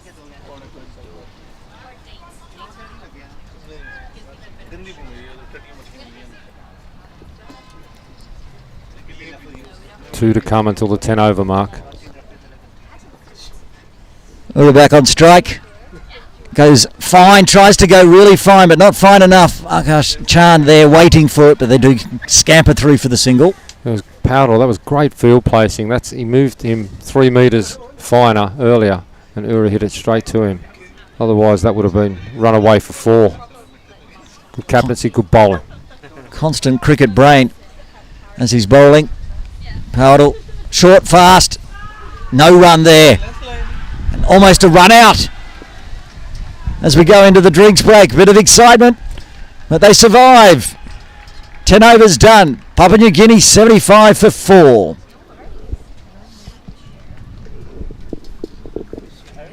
Going into the drinks break. Have a look at the batting and bowling cards, and then shortly we'll have an interview. Yeah, Tony Ura is still out there, 31 off 27. Sese Bow went first ball for a duck. Unfortunately, Vala 2. Siaka just 2 also. Hiri eventful. 9 balls out there, 15. Vare still out there on 15. A runner ball, 15. 75 for 4. And look at the bowling cards before we go to the interview. Bowling's been great from Nepal. Karen KC 3 overs, 1 for 16. Chand 2 for 24 off 2. A little bit expensive, but picked up 2 big wickets. Coulson Jar only bowled the 1, came on straight away, got a wicket. No wickets for the other 2 bowlers, but it's all in all, it's pretty even, I think, Bushy, at this point in time. As we head into the drinks break, about to go to the interview, the half-time interview, and after which Jay Dancing Hanley and Yasmin Daswani will take you through the next 5. Thanks, Bodders. Just wait for the interview. And cross across to Muskan Samtani.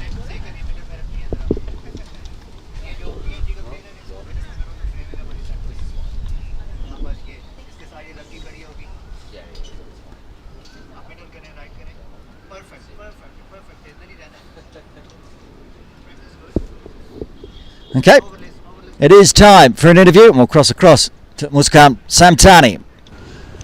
Thank you, Aaron. And I have Charles Amini of Papua New Guinea joining me here, who's also known as CJ. Well, CJ, as the game stands right now, what do you feel about the situation, and what is an expected target here?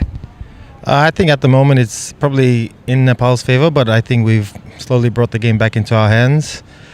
Not sure what the wicket is like from the outside, but from hearing with the batsman, it's doing a bit. So we're probably looking towards a target of 170, 180, recovering from our position, and we think that will be enough.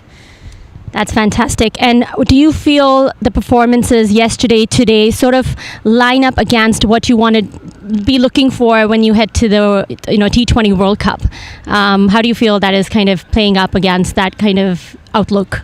Yeah, I think we're still working on our different tactics and different lineups, what we're trying to do. Our main goal at the moment is, like what you said, the World Cup. So we've been trying several different things. Some of it may work out, some of it may not, but at the end of the day, we're trying to do what's best for us. And although we do want to win the game, our main focus is the World Cup. But yeah, the situation at hand is we're looking to try and win this game. So we'll be doing everything in our favour to try and win this match. Yeah, well, that's great. The team has been looking great, very strong. So we wish you all the best for that. I want to ask you something else here. We know that you come from a long line of PNG cricketing royalty. What's it been like growing up in that environment, and how has that shaped you to be the cricketer that you are today? Yeah, I mean, it has its challenges. I think the biggest critic would probably be my bigger brother, who also played and captain for PNG, and my father. But most of the time, it's generally not about cricket unless there's cricket on. We usually talk about cricket or soccer or any other sport. But yeah, being around our family, it's a privilege and an honor to be carrying this name. And hopefully, I have younger cousins growing up that can also continue the sporting that that's in our family. Yeah, absolutely. And I feel like, it's normally a conversation at breakfast and lunch and dinner if you come from a family of cricket. So that's exciting to know. There's a mix of different kind of conversations going on. So that's really great. So thank you for joining us, CJ, and I'll head it back to the comm box. Thank you so much, Muskan Samtani. Having a chat with CJ Amini. Yeah, part of Papuan cricketing royalty there, CJ Amini. What is up? What happened? What happened? Bit of a hold up in play here.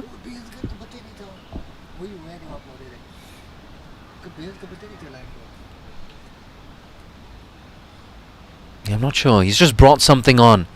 Yeah, reserve umpire Hemant Tukral bringing on a spare set of bails for John Prakash. So a mini hold up, but we're ready to get back underway. It's Pratish GC, the left armour, getting another over here. Oh, brilliant. Full delivery. Can't do much with that. Left-hander squeezes it away for a single. It's been a good period of play though here from PNG. Yeah, they were 42 for 4 after 5 overs. So in the last 5.2 overs, they've collected 35 runs. This partnership as well, now up to 34.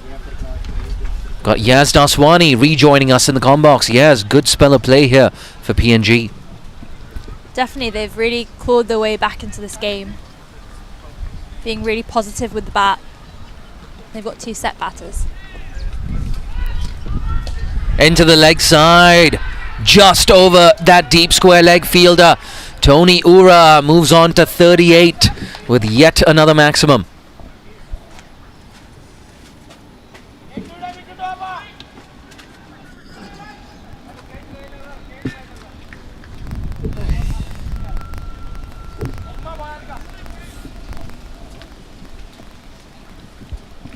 Just straying down the leg side a bit there, allowing the batter to free his arms and launch that one over the ropes for 6.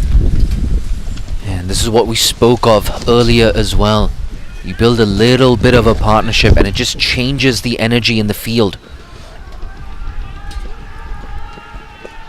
Slow delivery, intelligent stuff. It's a good comeback after that maximum.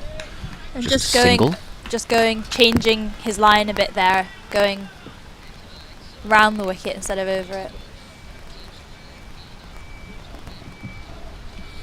Yeah, like you said, Yaz, change of angle, going around the wicket there, the left armour. Still 9 runs off the over. Partnership continuing to build. Driven. Early call for a single. Ooh, bit of a fumble there. Rohit Paudel for the second time today. It's interesting this from Practice, just changing it up, so going over the wicket, then round the wicket, then over the wicket, keeping the batters guessing constantly. Shown pretty good control though so far, not just today but also throughout this tour. Every time he's come to the bowling crease, I've been very impressed with the left armour. Drilled, a full toss, extra cover, will not cut it off. So a 6 followed by a boundary. That's a big, big over for PNG. After 11, it's 89 for 4.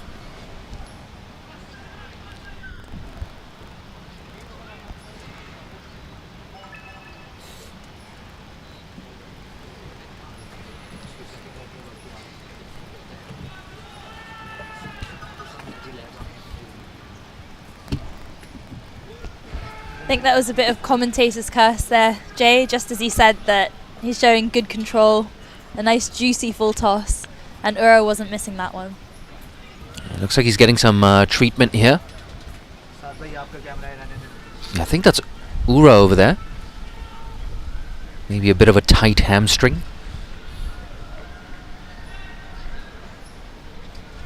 Yeah, it looks like the hamstring just being stretched over there.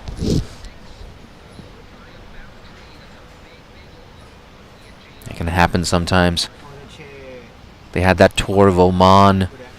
Spend a lot of time on flights, of course. That's never easy, especially if you have multiple stopovers. Hope everything's okay there. Because he's such an important player, isn't he? Tony Ura.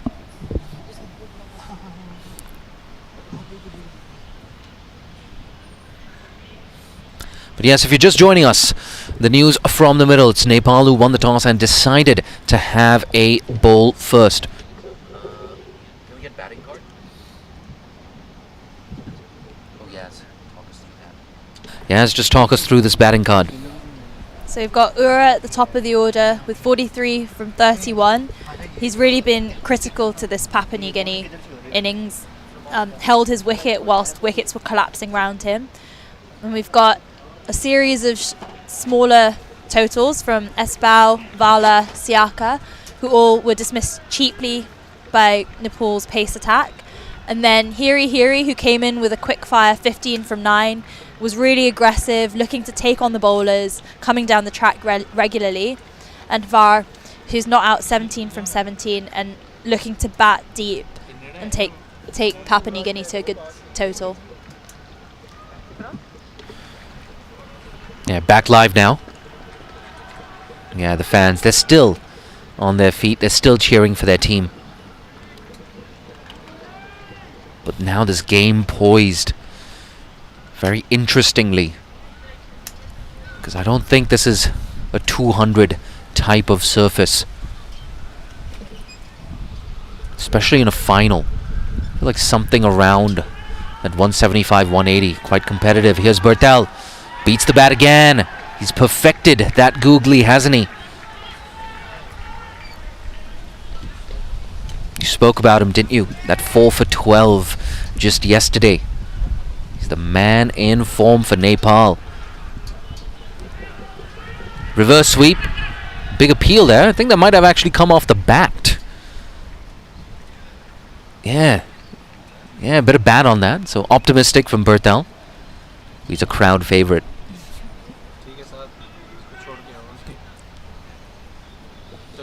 Anyone who scores a quick fire half century and fires back with 4 wickets would be a crowd favorite. I tell you what, down in Port Moresby, Tony Ura has been entertaining crowds for more than a decade now. He's on 43. It's guided, square of the wicket. It beats backward point. But that sweeper cover keeps it down to 1.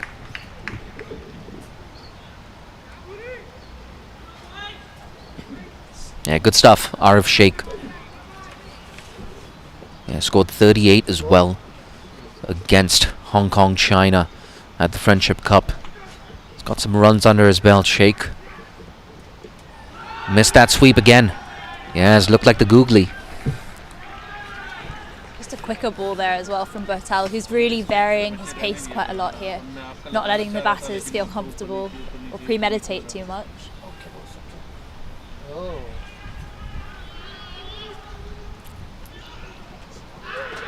Big appeal, it's close, it's more than close, it's out. They've lost half their side. And Vare, he's gone for 18. Just as we were saying that, he varies his pace, flights one a little bit and gets the wicket.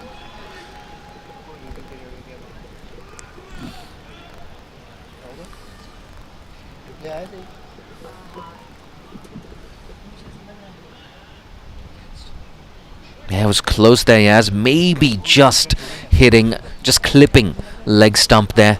But nonetheless, a very important wicket that for Nepal. That partnership was growing. That partnership of 48 now over. Walks back Vare to the dugout for 18. And walking in at number 7, it's Kiplan Doriga. Yes, I think I'm stating the obvious here. Tony Ura surely holds the key for PNG right now.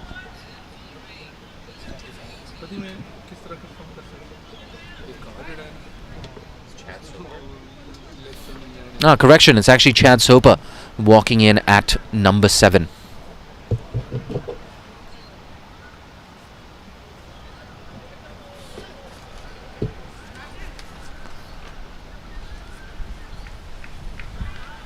Yeah, but this is a big partnership here. Chad Sopa, not a bad man to be coming in at this stage. But Bertel's got his tail up. Squeezed away for a single. Gets off the mark, or does he? Oh, that's been given.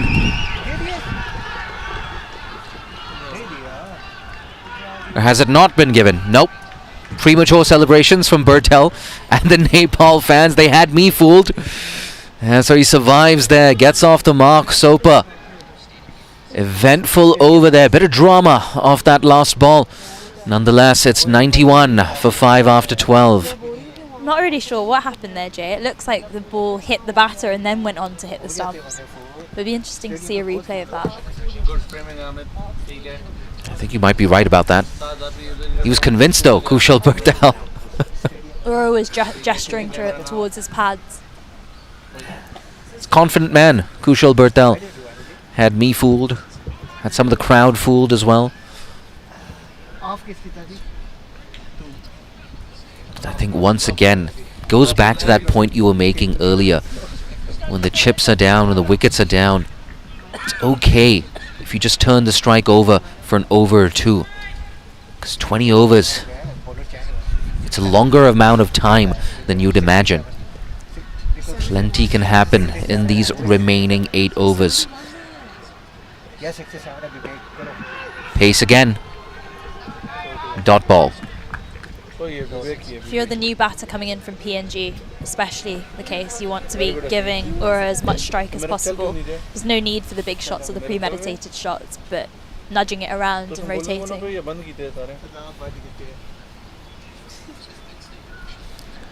Soper on strike, right? Worked away. Another single there for Soper. Just like you said, brings Ura back on strike. What an innings though, in a final, with wickets falling all around you. He's remained stoic at the crease. That's not to say he hasn't gone after poor deliveries. But he's been patient. When he sees something just a little bit short, he throws everything at it. And he's so He's very composed at the crease. Yeah, there you go. Completing my sentences, Yaz. I was struggling for words. That's flat batted, a short arm jab, and it finds that gap between long on and deep mid wicket. Keeps racing on, does Ura. Moves on to 48 now.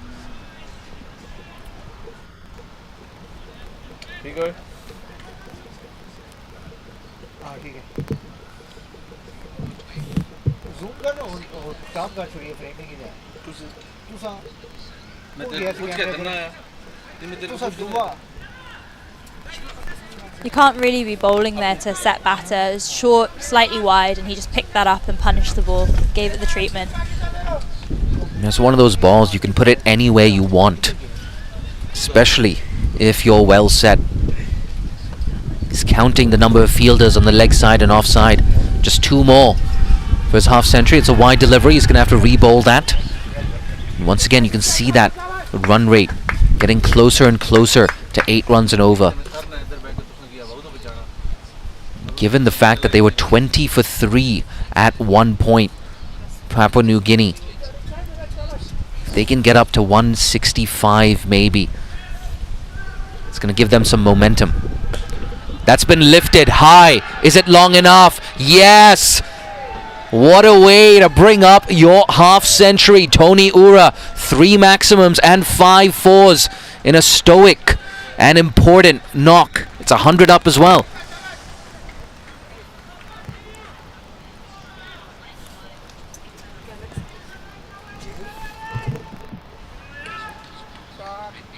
Picked up nice and early there and whacked over the boundary for 6. An excellent innings there. And he's not done yet. Cut away. Deep point will keep it down to 1. So yeah, 100 up as well for PNG.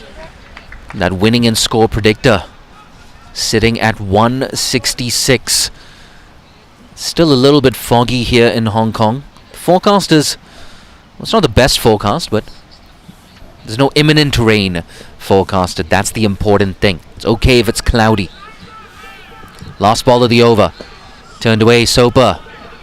Short again. I think they could have really gone for 2 there. Some casual jogging between the wickets. Yeah, I think it might be that hamstring as well playing up there for Ura. You know what they say, beware of the wounded warrior. 13 overs gone. It's 106 for 5.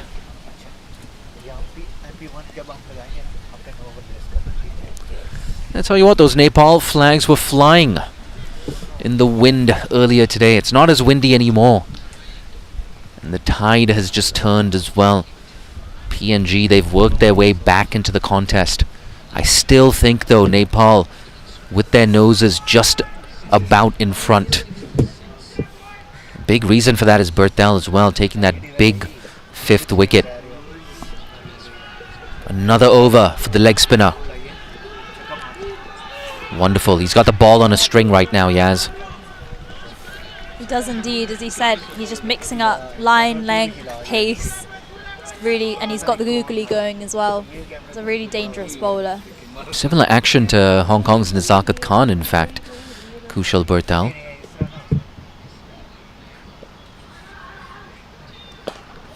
Smashed into the leg side. It's only 1.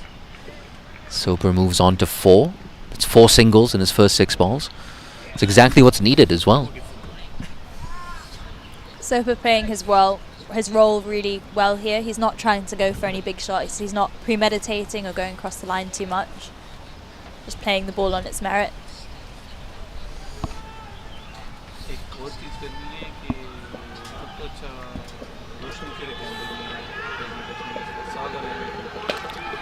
He's gone. Over long on. Comfortably over long on. It's put down in the crowd. But it's another half a dozen for Ura. Ura looking really comfortable at the moment. Just putting away the good balls and the bad balls.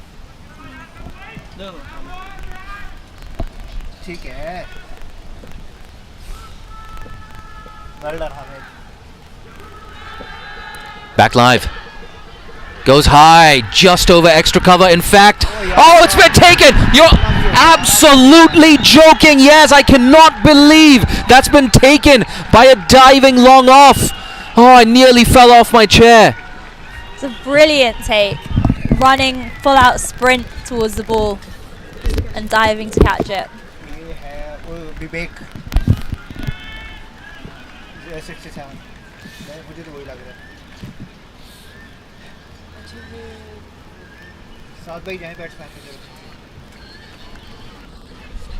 Eat your heart out, Bibek Kumar Yadav. That was absolutely fantastic at full length.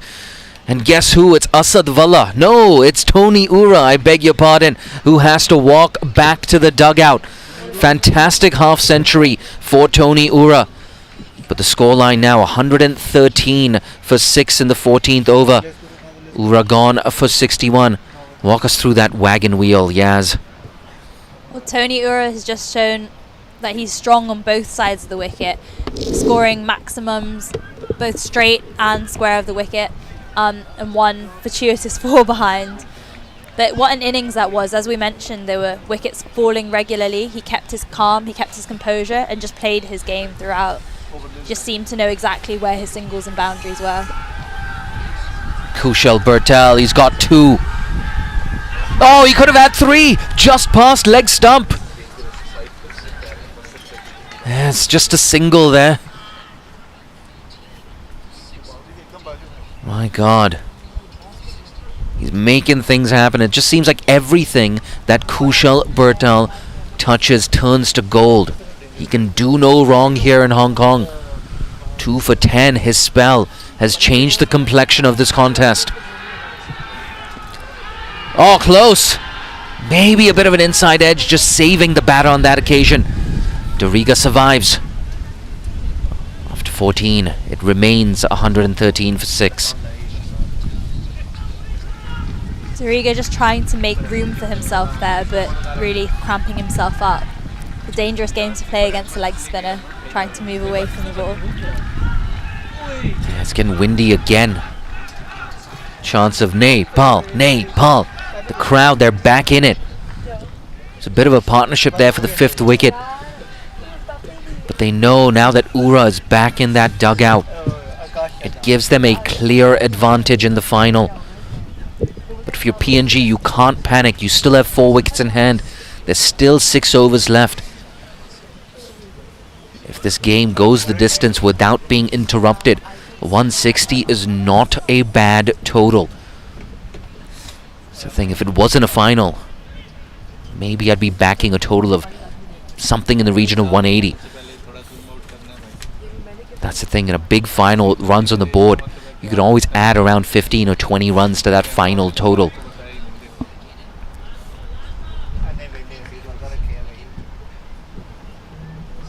Soper, he's got some ability with the bat, make no mistake about that. Doriga as well, the wicketkeeper batter. Brings Pritish back into the attack. He's only 19 years old. Did you know that, Jay? Sure did. It's come through that age group setup. Been worked away. Just 1 for Pritish. Apologies. 1 for Soper.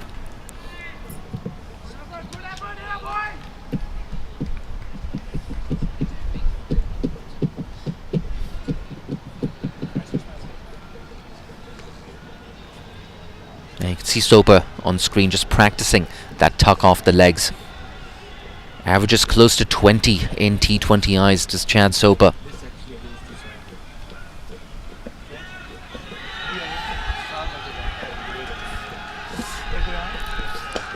That's pushed back to the bowler. Ooh, nearly went on to the stumps there.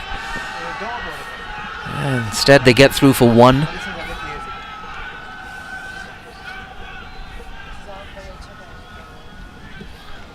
Yeah, Pradesh GC.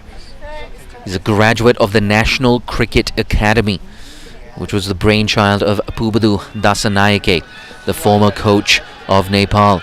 So he's been around Nepal cricket for a while. Big appeal, doing too much, I think. They sneak through for 1, what I assume is a leg bye. Yeah, indeed, signalled leg byes there by John Prakash. But yeah, coming through the National Cricket Academy.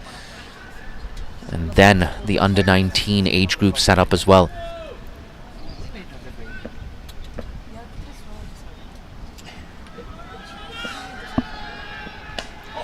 Whipped away off the legs and comfortably over deep square leg. Kipling Doriga showing what he can do.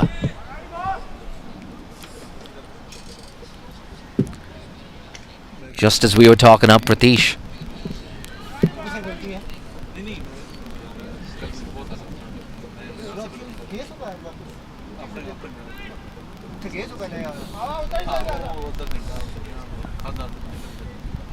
Still sticking to over the wicket, which is interesting. It's hard to get an LBW in play, and he's straying down leg quite frequently at the moment. Yeah, leg stump half volley was easy pickings there. Just around as the I say wicket. that, he's gone round the wicket. Yeah, he's listening to you, Yaz. Much better line. Still 10 off the over. It's an over they desperately needed as well, PNG. Got 1 ball left in our commentary stint, and 1 ball left in Prateesh GC's spell. It's been a bit of a mixed spell. This last over a bit expensive. That's squeezed into the offside. Deep cover should keep it down to 1, and he does. So another single for Soper. He's going to retain the strike. 11 off the over. 5 to go. It's 124 for 6, and I'm going to hand you back to Aaron Bush and Matt Botfield.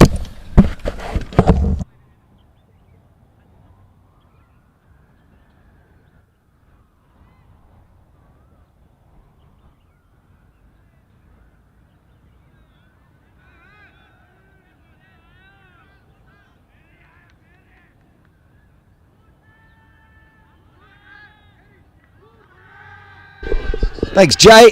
Thanks, Yaz. Back in the comms with Botters. Take us through to the end of this innings for PNG.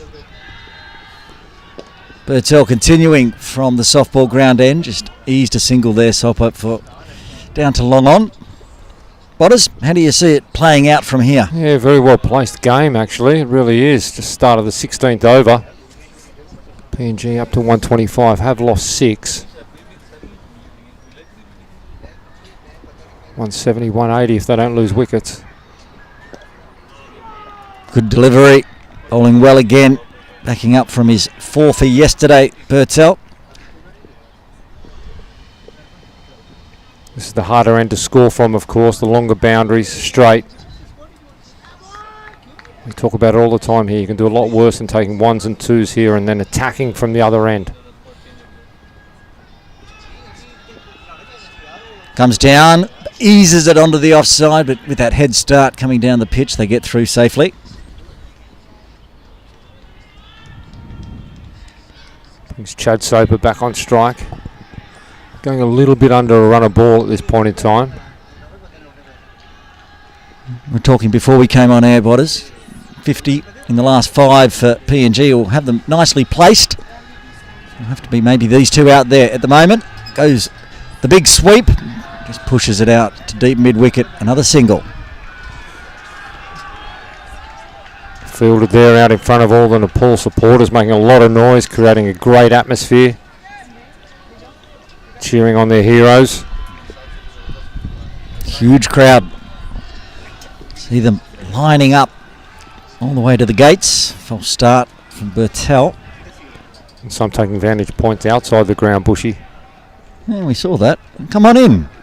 Join the party. Good over this one from Bertel. Just the 3 off it so far. Very important last ball to come.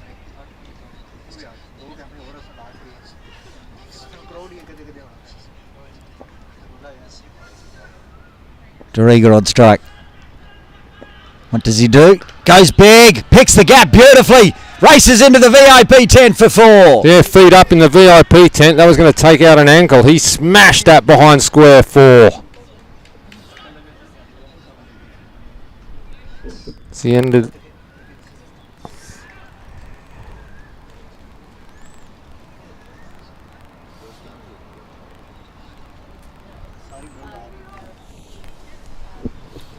End of the over there, 131 for 6.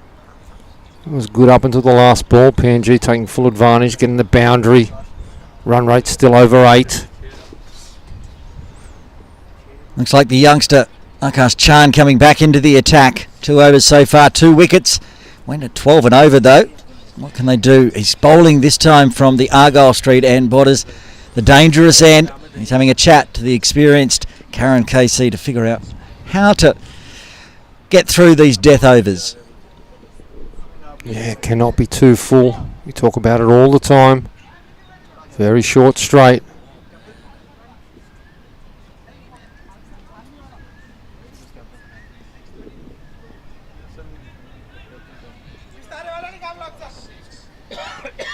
He's ready. Off the big long run up. The speedster Chant. To Chad Soper. Gives him a full toss to start with. Can't beat the field. A direct hit. No, they get through and they're going to look for a second. Yes, they will on the overthrow. Yeah, if that hit, direct hit, that would have seen another wicket fall. They got lucky there and picked up the overthrow also. Got back for 2. Riga will be breathing a sigh of relief after getting back safely down the non-strikers end. As you say, Botters, onto that one quickly. Only the one and stump to aim at. Gets away with it. Third's coming up inside the circle now. Chant off that massive run up.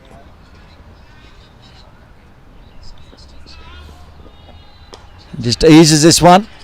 A pretty packed offside field, but they'll get the single.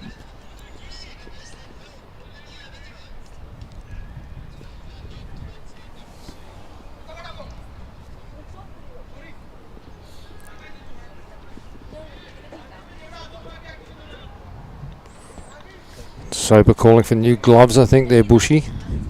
Getting a sweat up. Doing a good job. Get a sweat up in this weather. I've got 3 layers on. Yeah, I'm with you. Hong Kong Observatory saying it's 20 degrees Celsius. It's not. Chan to Dariga. Good Yorker outside off.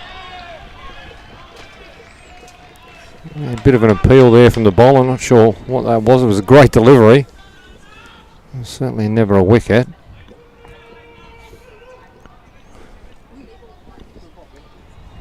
Good over so far. 2 should have been a 1, but an overthrow. 1 and a dot. What you want in the death? Well, this is the end where PNG need to go big. This is where you want your 14 to 18 and over. Possibly even more, like we saw in this morning's game. Rests on the shoulders of Dariga. Comes down, attacks, but hits it straight to the fielder inside the circle. Yeah, trying to target the short boundaries, but as you say, straight to the fielder there. Went very quickly, along the ground all the way. You see the crowd there, section of it, and the Nepal flags. He's a good fielder. Pratish, that one there, didn't have to do too much, but got the body behind it. But he's very good in the field. That's why he's on that inside the circle area, guarding through extra cover. 2 balls remaining in the 17th. Gives himself some room. He gets it past Pratish this time, down to the captain, Rohit Paudel, lurking on the ropes. Another good ball. Only 4 off it so far, 1 to come. Brings to the end of the 17th.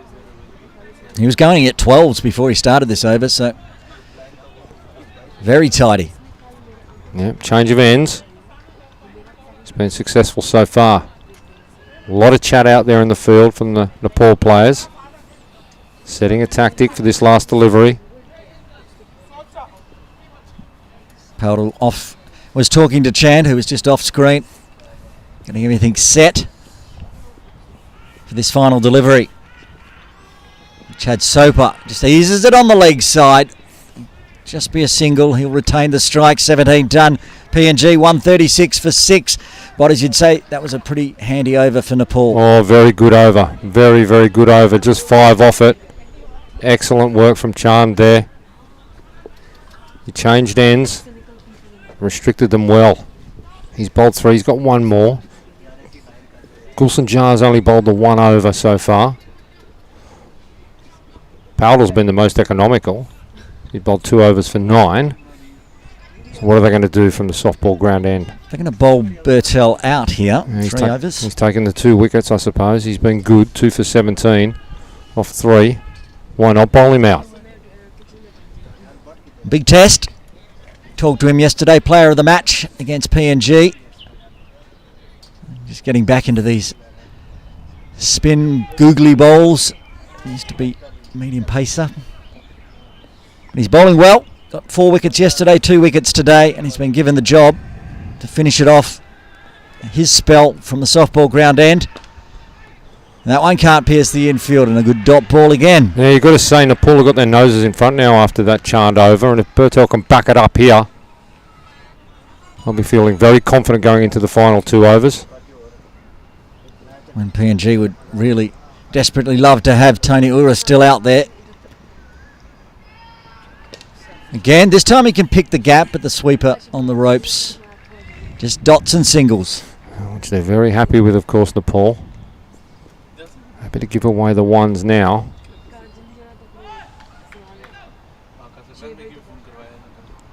We see Chad Soper attack, come down, try to go long, to the long boundaries from this end. Stays in his crease. Could be a feather edge. Bertel was convinced. Binod was a bit late with the appeal. There's Dorriger on strike there.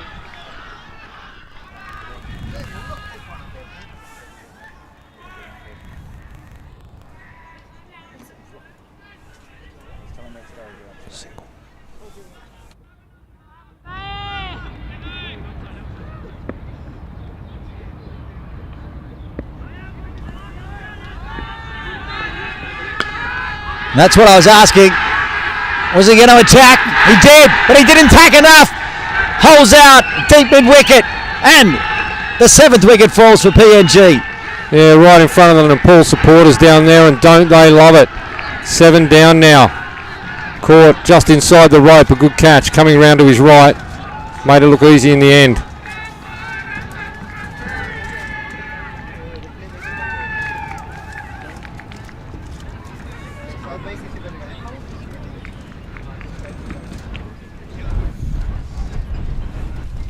Coming to the crease now is now for PNG.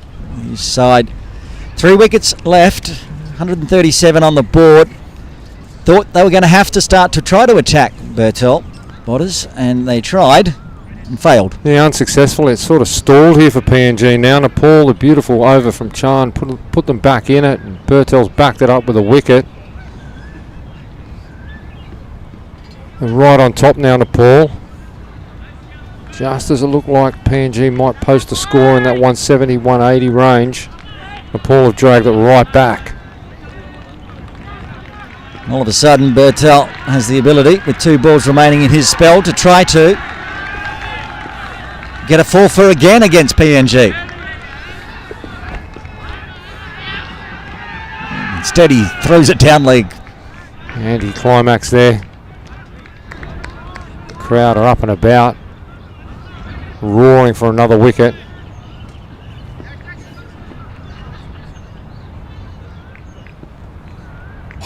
New batter at the crease, not easy. Still 2 balls remaining in the 18th. Gives that one a bit more air, crunched. That's a good stroke. It's picked the gap. I think it's going all the way for 4.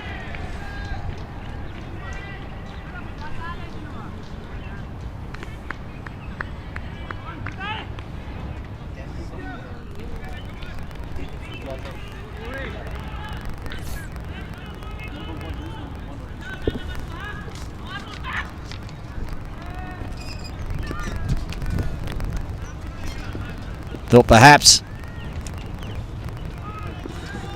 he could get a wicket. Oh, he almost got the 4th wicket. Chopped down. Somehow missed the stumps. That's the end of a very eventful 18th over. PNG with 2 overs remaining. 143 for 7. I don't know how he didn't chop on there. It's just missed leg stump. Must be the finest of margins. Just 12 balls remaining now.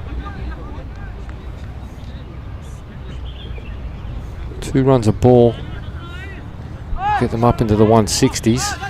high 160s. But let's just go back to that wicket of Dariga and the catch out in the field by Lokesh Balm. No pressure out there. He's just got an entire Ting Kwong Road Recreation Ground fan base standing in front. Took a good catch in the end. It's Karen KC stretching out. I'm sure we'll see him take over from Bertel at the other end. But it is Akash Chand to bowl the final over from the Argyle Street end. Yeah, his first two were expensive. His third was magnificent. And he's crunched that one now, but one bounce straight to the fielder. Sounded good off the bat, but almost picked out that deep square leg. And now they're going to get through for an overthrow. Bit sloppy there from Nepal. Yeah, very sloppy there. Get back for the second.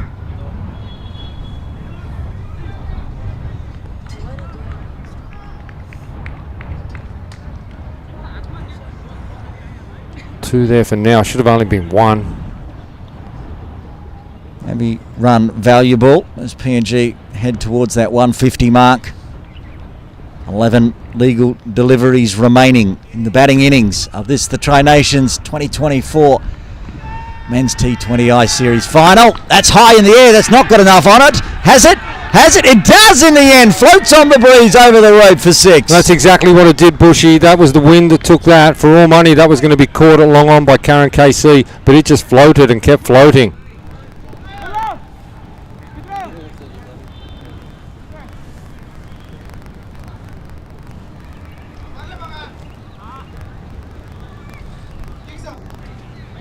That big 6 brings up the 150, 151 for 7. I was just about to say before that ball, Bushy, there was a massive gap at deep mid-wicket, which he was aiming for. They've filled that now.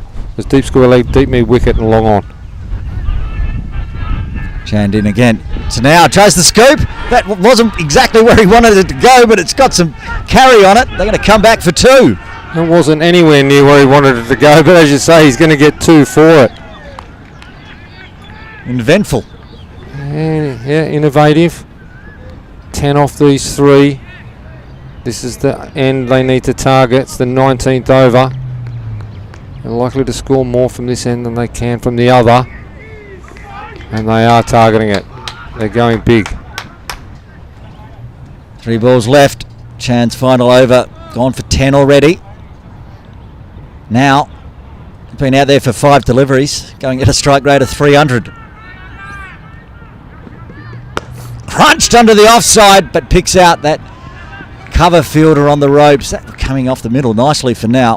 That absolutely flew off the face of the bat, but the field placement was absolutely perfect. It was straight to the player out there at deep cover. It's a long way away from us. I can't see who it is, Bushy, can you? I can't, but he's the only fielder on the offside on the ropes. Managed to pick him out.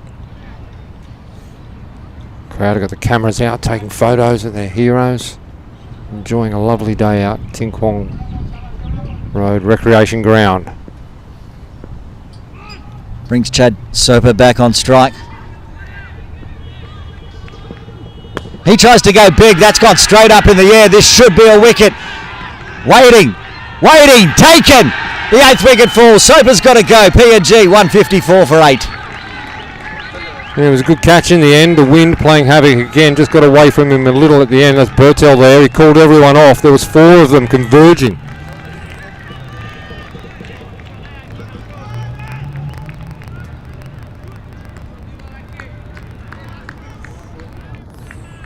Yeah, it was more difficult than it looked actually, because it kept coming away from him as he was coming in. He got 2 hands safely on it. Took a good catch in the end. He didn't get his 4th in the end, Bertel, but he did manage to get the next wicket. Taking a nice catch, as you say, swirling around in the breeze. But Soper knew as soon as he'd hit it, he was gone. Gone he was. It's 8 down now. So 7 balls remaining. 1 from Chand. Maria to face the final delivery from Akash Chand. Full toss. Just going to get a single, which means Maria will retain the strike. That's not ideal for PNG, but at the end of the 19th, PNG are 155 for 8. Yeah, big full toss. Lucky it was the new batter. Didn't pick the pace of it, didn't time it at all, and just gets the single, and as you say, retains the strike. With just the 6 deliveries to come. This Morea's got some big hitting in him. He really needs to rotate the strike immediately. Get now, who's crunching it out of the middle. He's stuck down the non-striker's end for the final over, which it will be, as always, Karen KC for Nepal. Yeah, you want a 1, 4 or 6 off this ball, Bushy. Really do, and get now back down there for PNG. 16 off 6. All guns blazing. But he's going to have to watch the start of this final over from the non-striker's end. A few field changes. Deep backward square is going to, I'm not sure where. There's already a long on, a long off. He's literally gone straight over the back. Now he's going to move a bit to. That's a very, very straight mid-off. So we've got 2 mid-offs here. One inside the circle and one pretty much next to the bowler on the edge of the circle. All Morea needs to do is put this onto the leg side if he can. It's going to be full. We'll get that single. They won't be looking for a second, that's for sure. It's a 6-3 offside field now. See if they roll any changes for now. He's been hitting big. 3-16, a 4 and a 6 included.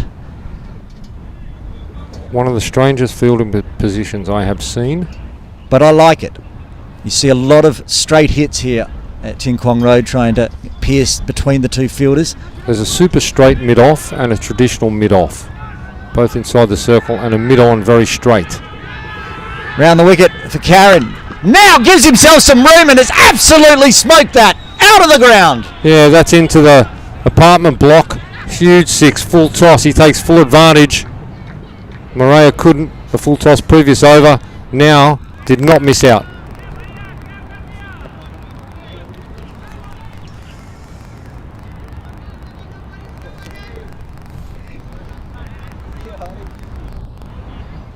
That was some shot. He's moved all the way across. You could see all 3 stumps there, Botters. Oh, beautifully played. Beautifully played. There's a distinct lack of leg side fielders with the 2 mid-offs. He gave himself space, opened up the leg side and just put it way over the ropes into the apartment block behind square. 4 balls remaining. What's Karen got in return? Tries to go the scoop. Does go the scoop. We're in danger. It's hit straight into the commentary position as we all duck and dive. We're surviving. Well, it's like we had a target on our back. That was coming absolutely straight at us. A lovely cricket shot. Another 6.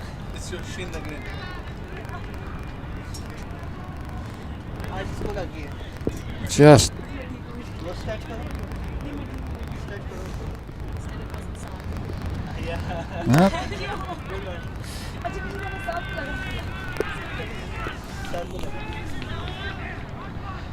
Karen, this time, now's already shown what he's going to do before the ball had even come out of Karen's hand.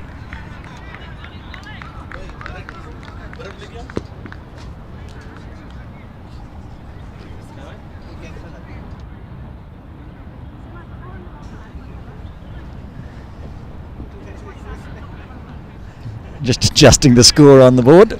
After that last 6, went straight into the director's chair, and Shin got excited and put in an extra 6. PNG would have liked that, but as it stands, 169. It's right on that number that Rohit Pawdal said they wanted to restrict PNG to, with 2 balls remaining.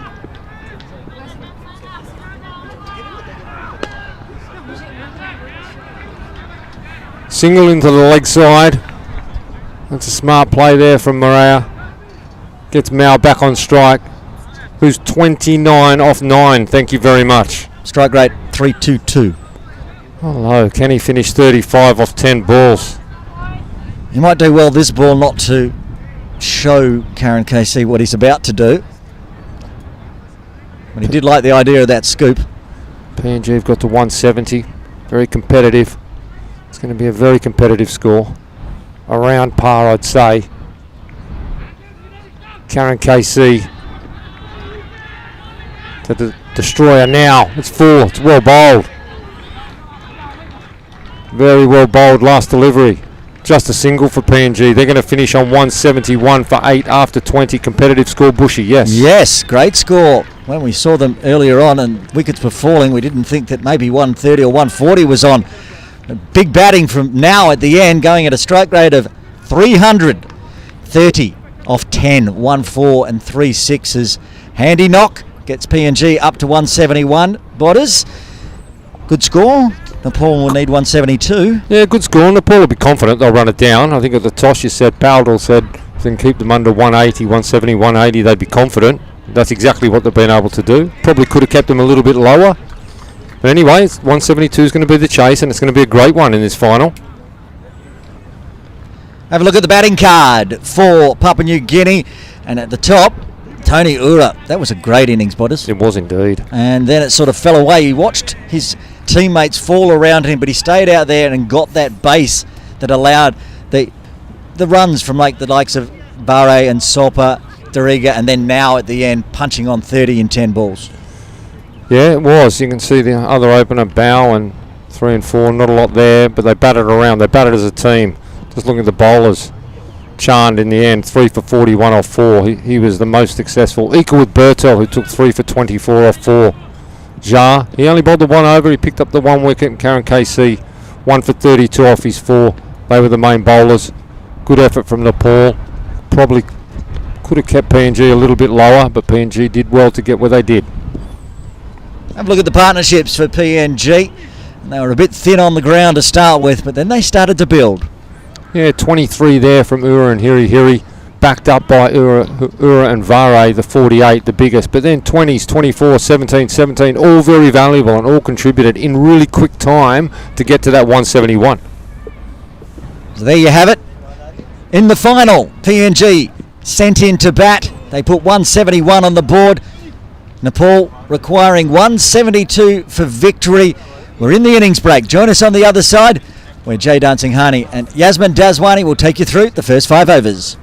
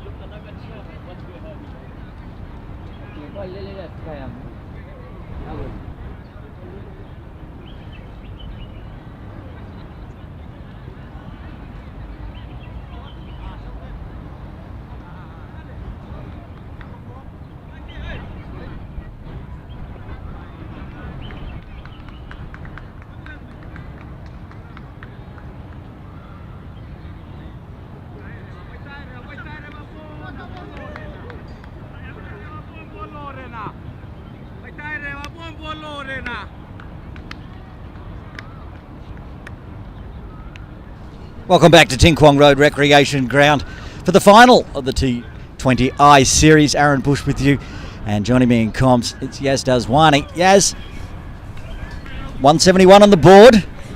Is it going to be enough against this Nepal batting lineup? Tough question, I know. Well, it was good fight back there from PNG, doing really well to get a total of 171 after the regularity of wickets. Is it enough? I mean, it's a big final, pressure on the Nepalese batters. I think it is, to be honest. I think it's going to be a very tightly contested game. We know that the PNG bowlers are excellent up front. Nepal are going to have to do really well here to chase it down. Usual batting pair going out for Nepal. Kushal Bertel will be on strike, and the keeper, Binod Badari. The non-strikers in, Morea with ball in hand for PNG. Wickets early, you'd think, Yaz, necessary for PNG to defend this total. Definitely, I think they're going to be looking for wickets early. We know that their bowlers can do a lot with a new ball. Here it is, beginning of the run chase. Morea, left arm over, eased onto the leg side, first runs off the bat for Nepal.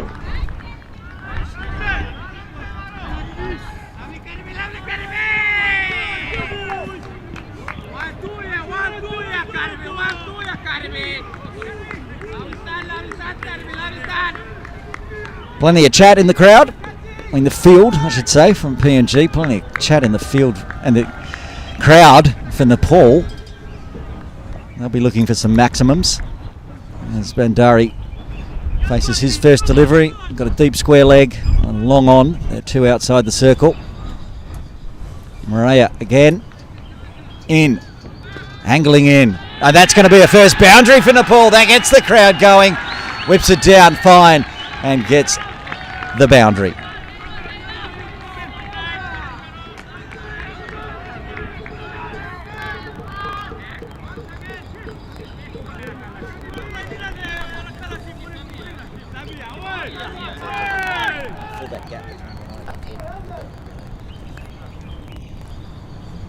Excellent shot there by Bandari, just flicking it off his legs for a boundary, not trying to overhit the ball at all. There's fine leg up in the circle. Morea with that left arm, getting the angle into the body, shaping it back in. Seen a bit of that throughout the two games today. A lot of pushing on to the hips. It's just the way this pitch is playing. Bandari off to a flyer. And he's out! Second ball, hits one for four, bowled the second one. And what celebrations as well, you can just see how much that means to PNG. Excellent ball there, was just straying down the leg side the ball before, but gets it bang on target.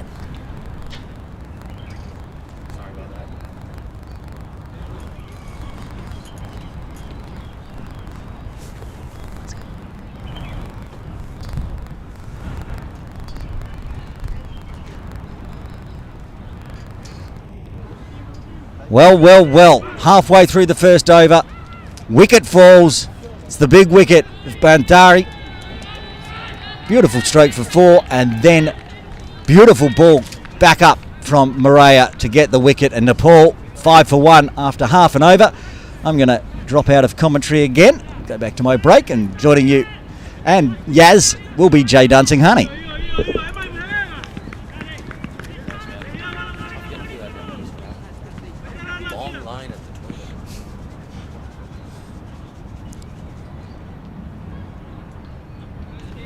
Thanks, Aaron, for keeping the seat warm.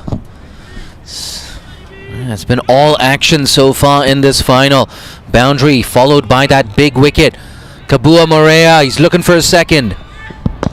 It's worked away, it was a bit uppish. One bounce to mid-wicket. Yes, what a start. It's been an excellent start from PNG. Just keeping the runs down, bowling, bar that one boundary, they've been pretty on target. And we talked up Morea as well in that pre-match show. We saw how impressive the PNG openers were against Hong Kong when they knocked them out. And they're going to be hoping to get quick wickets again.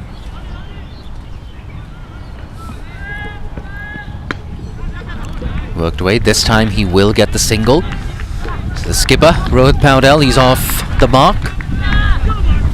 Eventful first over, but the important thing for PNG, a wicket as well. You can see that winning in score predictor sitting at 49%.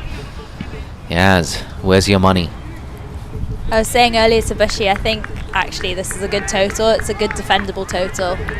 We know PNG are just really tight, they're experienced, they're good with the ball. It's not going to be easy in a final, chasing 172. Last ball, tucks him up, it's a dot ball to close out. A successful first over for PNG. It's 6 for 1.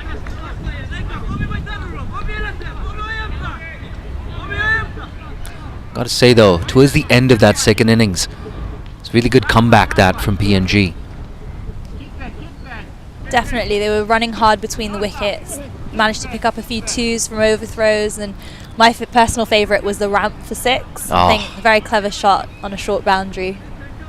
Yeah, we both enjoyed that. Listening to you as well, PNG, you were telling me off camera, you need to be running those first ones hard. That's what I've noticed the Nepalese are doing really well, is they're dropping and running, getting the singles, getting their eye in before hitting the big shots.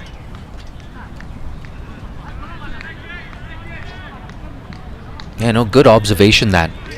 A lot of these Nepalese players, including Rohit Paudel, for example, he's not exactly built like an Andre Russell, but still, he finds the boundary quite regularly, clears the boundary as well quite regularly. Dug in. Ale now had a good day yesterday. Good contribution as well, coming in at number 9. Yeah, really added at least another 10-15 runs to that PNG total. 30 off 10 balls for now. Included 3 maximums, 1-4. He's got Sese Bao stationed at first slip. Guided. Oh, it's a misfield. Backward point. That's a needless boundary conceded by that backward point fielder. It's not what PNG are going to have wanted at all. They've got a packed offside field here.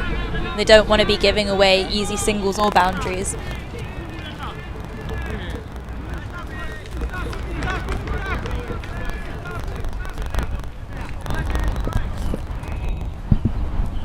Yeah, Hiri, the offending party. Better tucks him up. Rotates the strike there. And brings Bertel back on strike. It's not ideal. Bertel losing his opening partner very early on in the piece. Bandari's been in good form as well. Scored 42 against Hong Kong, 20 odd as well yesterday against PNG. But Bertel, he's in really good form. Fresh off his 59. His player of the match 59 yesterday. Ooh, inside edge onto the pads. Yeah, very similar bowler to Karan Casey, isn't he? Definitely. Just try. You can see that he's just trying to bowl those tight channels into the right-hander, either off stump or middle, but not allowing any width. Yeah, you said it right there. Not allowing any width. Oh, too much width on that. No chance for backward point this time. And we've put the markers on him. Commentator's curse.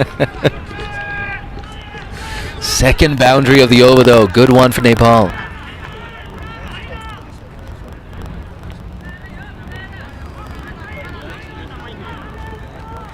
Just a swing there. Just a little bit of outswing, allowing the batter to free his hands. That back live, he's in good form, isn't he? Oh, moves across the stumps, but squared up by that. It's a contest at TKRG. After 2, it's 15 for 1.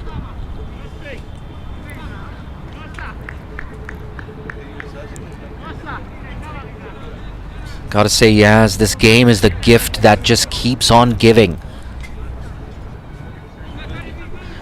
Seems like every single over so far has been an eventful one. And they know it, those Nepal fans. PNG, they just kept going after the Nepalese in spite of losing regular wickets. And I dare say, they've got a really good total on the board as well. But Maria, fantastic form. Worked away again, a bit uppish. They're thinking about 2. Bertel, he's quick. You see Powdell just slipping at the non-striker's end while trying to turn for that second. Excellent running there, though, by the 2 Nepalese batters. They're really running the first one hard, which I think we can safely say they're doing better than PNG were. PNG were a bit slower between the wickets. The Nepalese just seem a bit more on it. Yeah, 2 very fit players out there in the middle as well, in Bertel and Powdell. Oh, it was a bit wide there. He's a bit disappointed, Bertel, not to slap that away. You can see him just practicing that shot as well.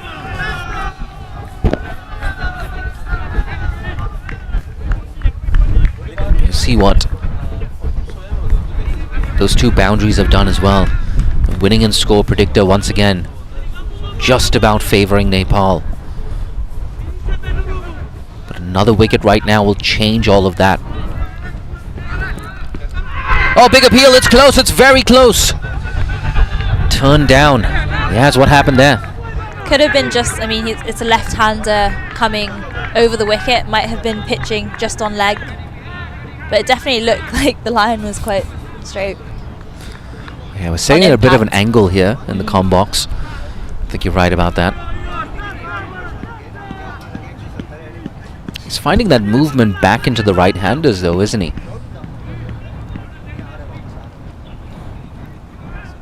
Maria, he's got his tail up. Oh, and he's got a second! It's the big one! Kushal Bertel has to walk back to the dugout for 6. Excellent ball there. Excellent bowling by these 2 openers. It's so hard for the Nepalese batters. Look at that swing, Jay.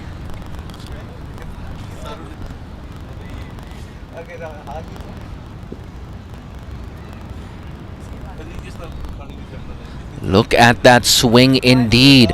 The headline is Bertel dismissed for 6.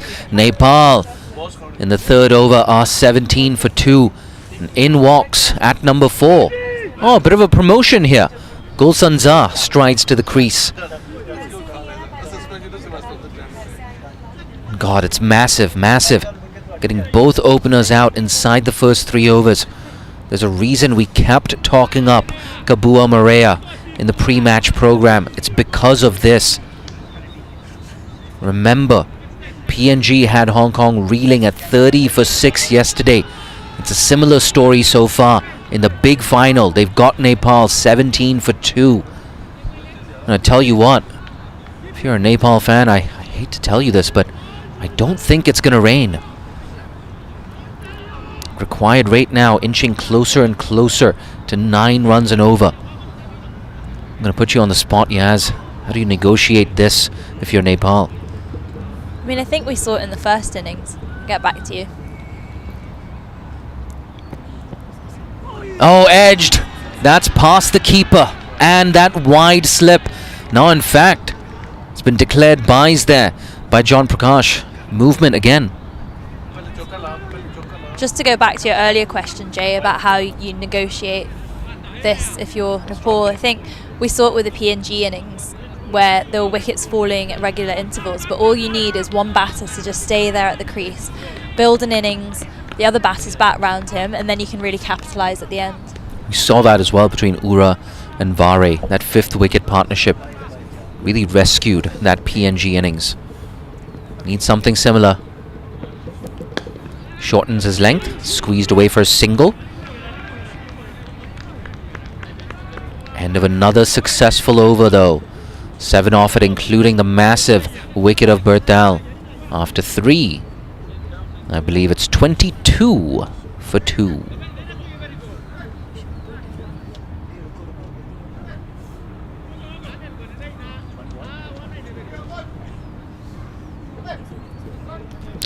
We'll get confirmation on the score soon enough. But at least for now, I'd rather be in that PNG camp. But Nepal, there's no need to panic just yet. Your captain's still out there. You got some informed players to come. Sandeep Zora is going to have a big role to play today. Vivek Kumar Yadav as well. Smashed 3 maximums in that final over yesterday. Both big players for Nepal in this final. And a reminder, of course, there's no Dipendra Singh Airi on this tour of Hong Kong, China. The top run scorer in T20I cricket. It's not in Hong Kong. Someone else has to step up.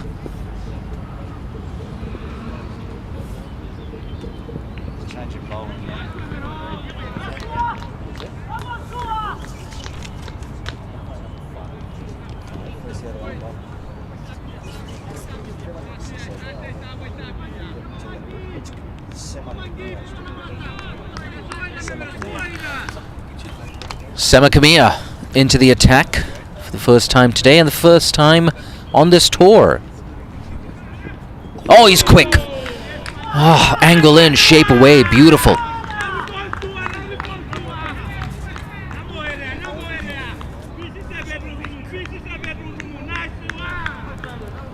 I love myself a good left arm quick bowler. Hey, look at that, we got a left arm quick bowler right here, Myra Baloch in the production unit.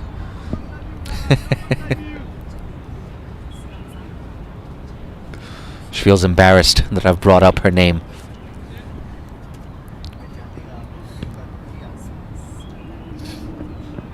Again, this time extra bounce.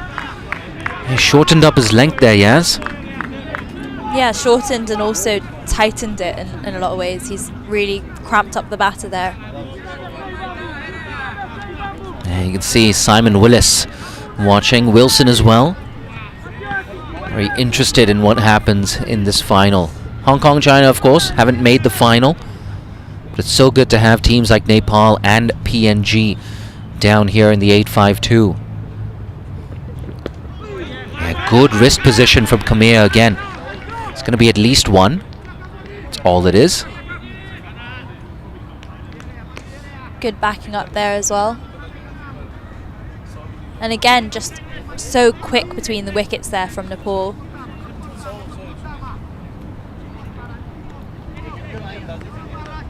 And they need to be careful as well, the Nepalese. Just not to lose another quick wicket. Said this before, we'll say it again, you know, given the ground dimensions here at TKRG, no reason why you can't chase 11 or 12 and over in the last 5. The key is to have wickets in hand. Oh, short and wide. But I think it just beat him for pace.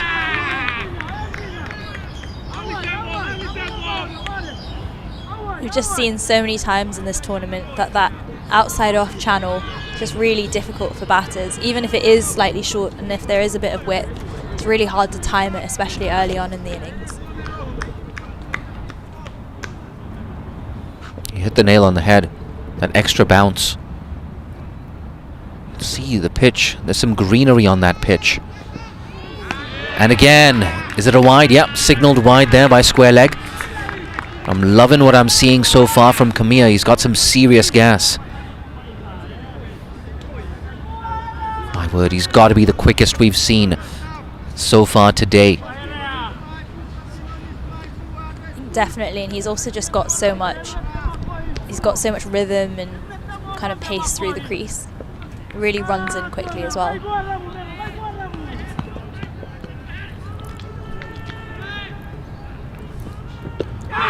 Big appeal. Oh, I tell you what, it was a bit of bat on that.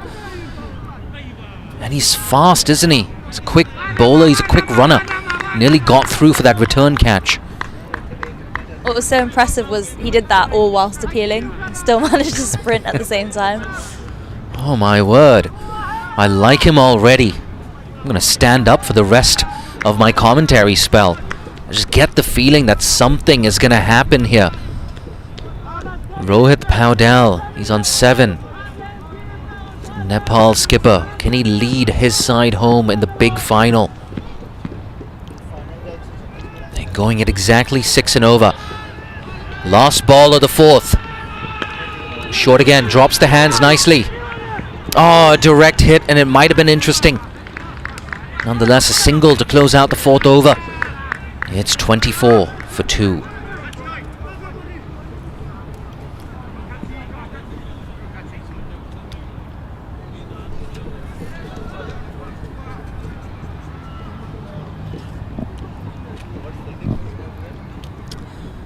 Yeah, yes, he's still in his early 20s, isn't he, Kamiya?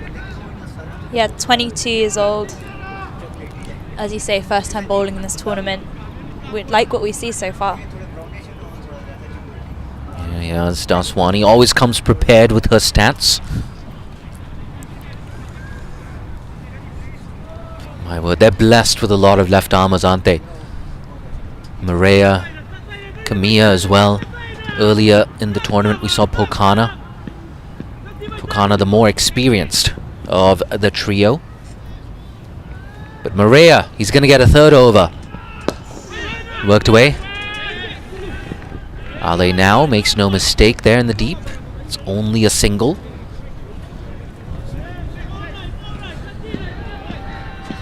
You know, we saw this in that PNG innings as well. Between the 6th and the 11th over, they were just turning those singles over. There's nothing aggressive. But then he got his eye in, Ura, and then he went bang, bang for 2 maximums in quick succession.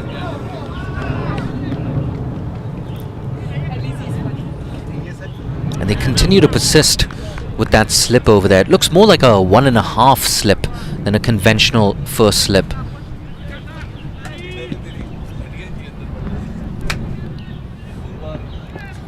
Ooh, tries to guide it away. Yeah, bailed out of the shot just in time.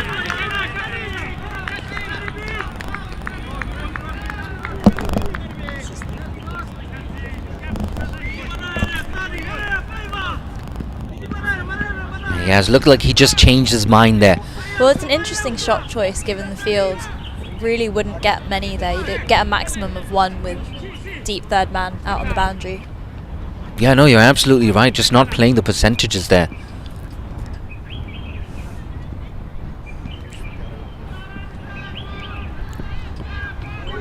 Ooh, that's gone past the outside edge, I think. Again, Jal just looking a bit timid there. Not really committing to any shot. I think it might be the bit of bounce that's maybe causing him to pull out of shots. You think it's the length as well, that in-between length? Should I go forward? Should I stay back? I think he's just trying to judge the wicket at the moment. And with the keeper up as well, he's not really able to come out his crease or change up the line with length.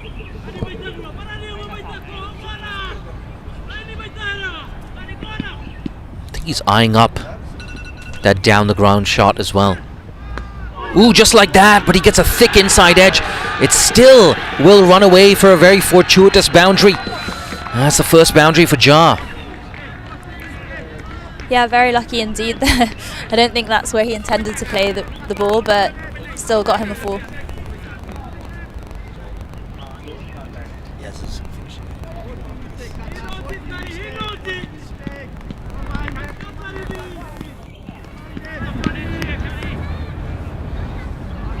Two balls left in the 5th over.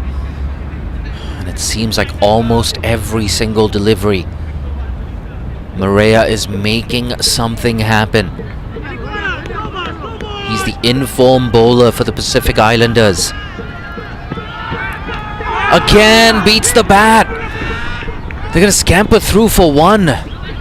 Gulshan Jha just has no answers for Maria right now. That was good awareness though by Padal, scampering through very quickly there for the single.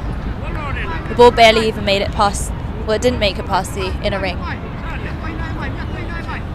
That's the thing about Maria. He's threatening the inside edge. He's threatening the outside edge. He's finding a lot of movement. I'm going to put you on the spot, Yaz. Do you think Maria should get a 4th over? Good question, Jay. I think 4th over, sorry. I mean, he's bowling so well. He's picked up a few wickets. We know how important they are early. So I think, yes, I'd carry on with him. He's got good rhythm at the moment. Got 1 ball left in the 5th over, 1 ball left in our commentary spell, after which we'll hand you back to Aaron Bush and Matt Botfield. Maria, can he get another? I think that might be down the leg side. Maybe there's some bat on it. Yeah, good stop, fine leg, runs back. Oh, it's a big appeal. It was close, wasn't it? Very close. But again, excellent running from Nepal. And it's 2 leg buys to close out the 5th over. We have a change in commentary, but before that I want to give you a big thank you, Yaz Daswani, for coming down to TKRG. That's the end of your commentary stint for the day. Thanks so much, Jay. I'll carry on definitely watching this game. It's going to be a tight one. Yeah, no doubt. I hope to see you back in the comm box sometime soon. Definitely. Thank you. Handing you over.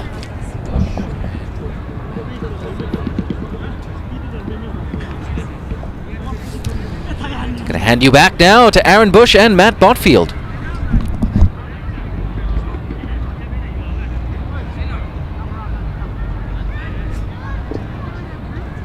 Thanks to Yaz and Jay. And very big thank you to Yasmin Daswani for joining us in commentary. Botters, a very tight competition we have on here for the final. Yeah, indeed. 5 overs gone, 1 left in the power play at the corresponding time.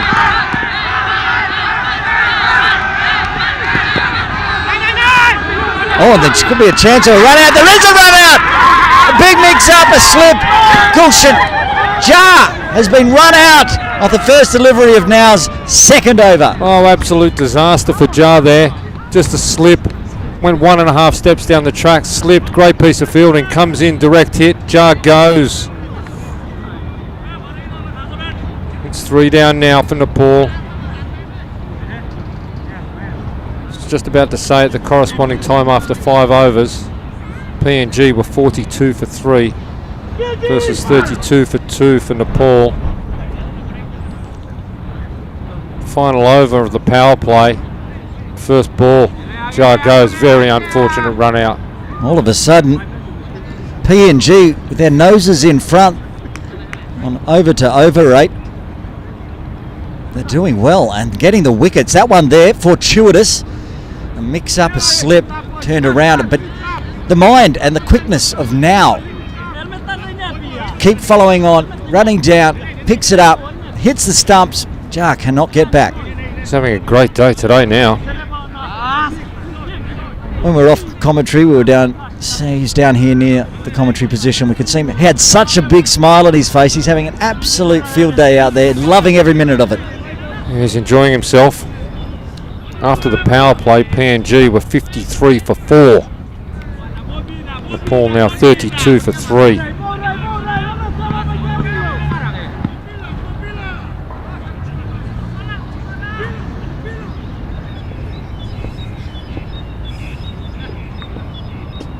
Sheikh, the new batter for Nepal, on strike.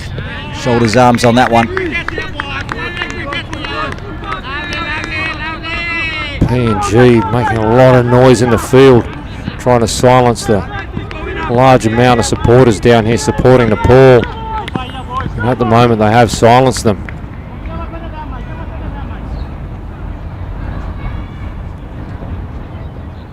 And on top here, PNG at the moment. Slip in, vulnerant slip. Again, shoulders, arms, keeps an eye on it. Sighter. Just let you know if you're watching in and you want to see a replay of that run out. We're going to show it at the end of the over.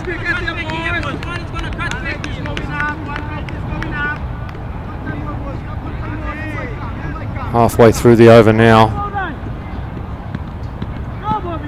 Sheikh just having a look at a couple from Now.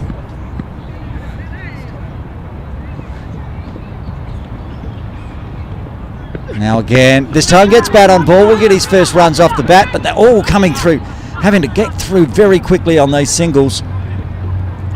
Yeah, it was a good call from Powdell there. He was out of the blocks very quickly from the non-striker's end. Got through safely for one. But the PNG fielders are creeping in a little bit inside the circle, looking for another run out. Already one in this over.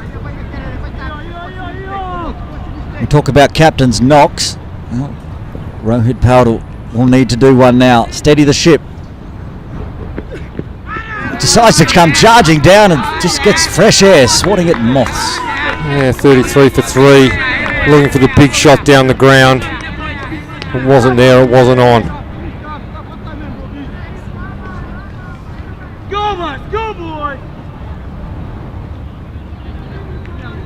Tell you what, Bodders, you can hear a pin drop at the moment because the Nepal fans have been silenced. Absolutely silenced for this moment anyway. Not the PNG players, they're far from silent. No run. They're going to take a run, and direct hit would have been out, I would suggest. Oh, I would say that was out for sure, Bushy, if that hit. It didn't. Sheikh survives. That's the end of the 6th over, which of course is the end of the power play. All right, we'll have a look at that run out of Gulshan Jar. 34 for 3.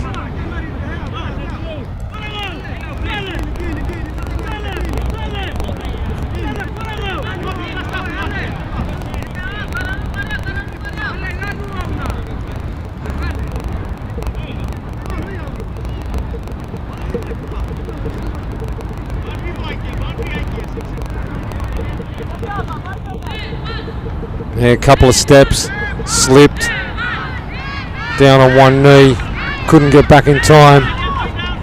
He had to go. Most unfortunate way to start the last over of the power play.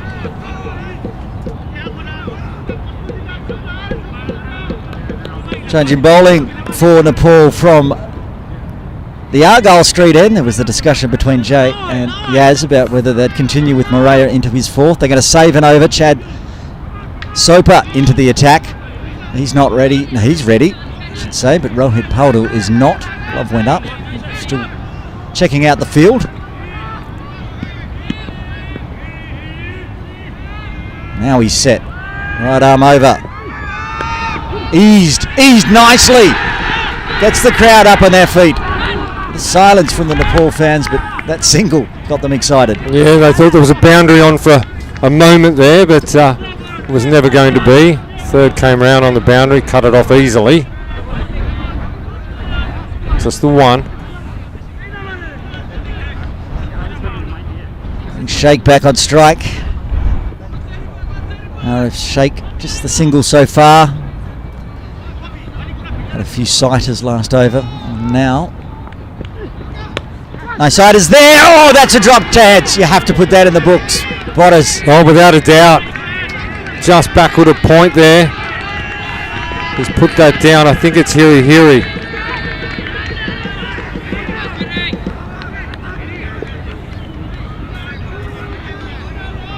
Well, Sheikh gets a life on 1. Goes in the book, Bushy. In the book. Soper again. And big swing. Did he get any bat on it? Didn't get any bat on it. Basically, it's come off the gloves with the keeper up to the stumps. Gets down to the other end and will remain on 1.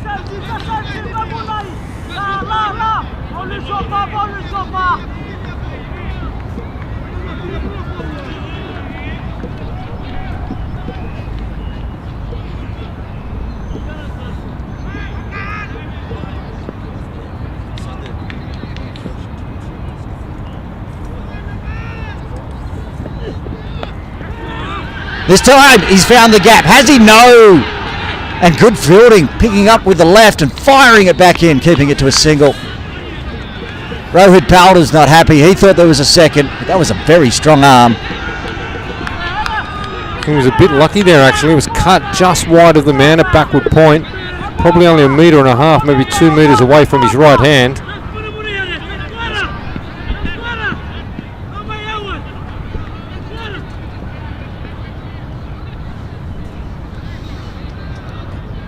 Eventful over from Soper. 1-man appeal. Another appeal for run-out stumping, but nothing happening. Yeah, going a long way down leg, that one. Very ambitious from Soper, putting a hand in the air for an appeal.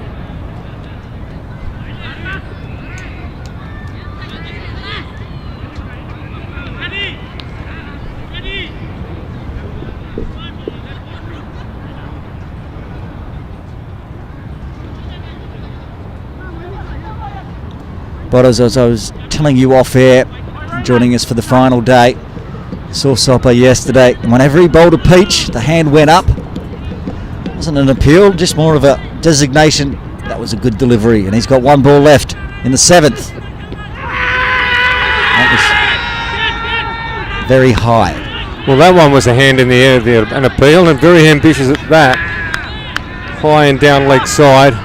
He's right in the game, Soper. He's bowled a good over, and it's 37 for 3 after 7.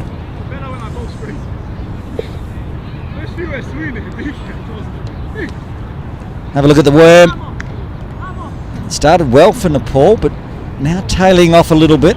As you've got the comparisons on overs. Yeah, after 7 overs, PNG were 57 for 4 versus Nepal's 37 for 3. So they need to get a move along Nepal very soon. It's that balance between building a partnership and keeping the runs ticking over.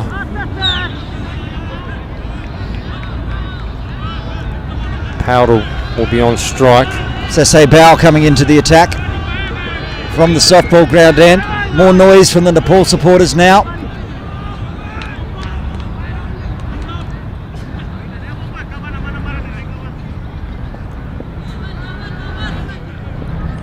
They're going to have to pick a bowler to attack. Will they pick Bao?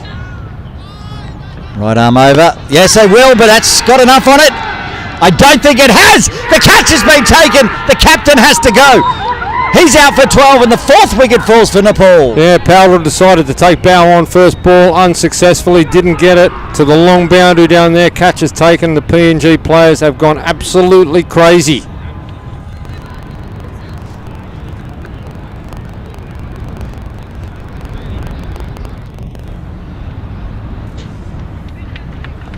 See them all getting around.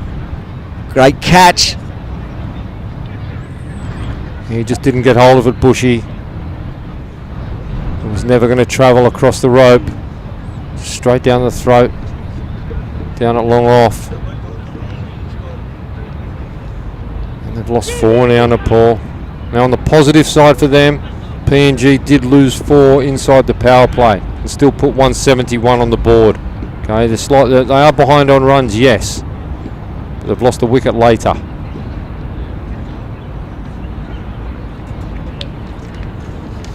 Looks like Jura coming to the crease for Nepal. Sandeep Jura. He's got a big job to do. I said the captain needed a captain's knock, but how many times here at Ting Kwong Road Recreation Ground, Botters, will be seen batters attack the slower bowlers, bowling from the softball ground end and holding out at either long on or long off? We talk about it all the time, how to play cricket optimally here. You go long down the ground to the other end when the bowling's at the Argyle Street end, especially with the breeze around. It hangs up when you're bowling from the softball ground end, and long on and long off are right in the game, and we just saw that there. Powell fell victim to it. Sese Bao, wicket with his first ball. Little uppish, but will get a run. Pushing hard, but just the single. You do well just to... I mentioned it earlier in the broadcast. Put the bad balls away behind square. If something's really full, have a go. Otherwise, 1s and 2s when they're bowling at the softball ground end. Bao to shake. He pops that up in the air. Remember we saw those 2 mid-offs in the Nepal bowling innings. If you had one right there, that was a wicket. It'd be right in the play, big leading edge, and could have gone anywhere. Could have gone to cover, but lucky for him, just went straight down the ground.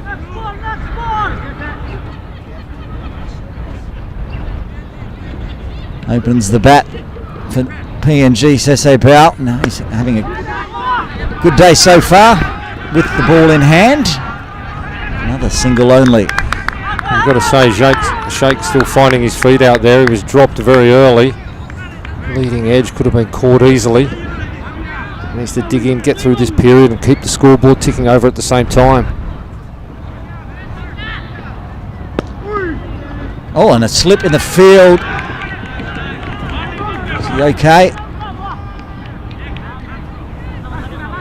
Yeah, just on one of the other wickets there, just a slight slip, twisted the ankle for a moment. I thought it might have done some damage, but he's fine. Yeah, it's the captain, Asad Vala. Yesterday he hurt a finger. Now he's got a graze on his shin. Fell over. Get another single. Short, should be punished. And, it is punished into the VIP tent. Yeah, ends up finding the gap there. Fielder came round from backward square, wasn't quick enough to get there. Didn't get the middle of it, got enough of it.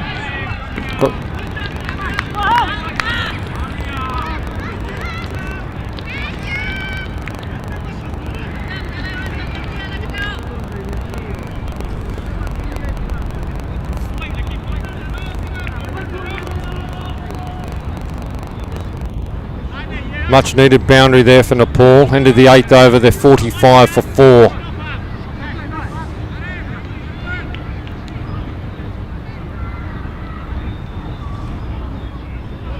PNG was 64 for 4. At the same time, they were going at exactly 8 and over. Under 6 and over at the moment for Nepal. Can't discount Nepal with Sandeep Jora out there. He scored 56 against PNG yesterday. And a change in bowling again from the softball ground end. Kamia back in. And he bowled the 1 over.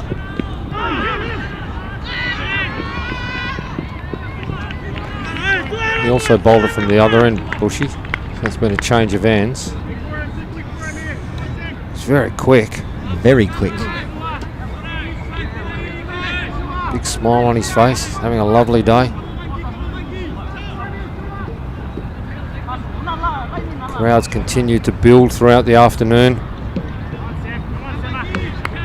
Mostly Nepal focused. Jora back on strike. 6 from 3 balls so far. Edges it through first slip. Is it fine enough? It is. Another boundary to Jora. Yeah, that was intentional. I'm not sure he wanted to go that fine. Brings the 50 up. He did try to angle it down behind point.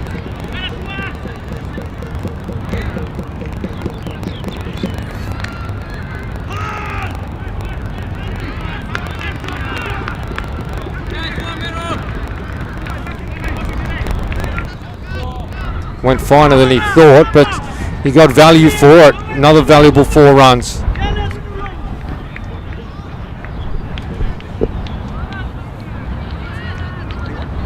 Kamea continues. Oh, it's up and it's over the offside. It's over point. 1 bounce, 2 bounce. Another one. Back-to-back boundaries for Nepal. Jora getting in the groove.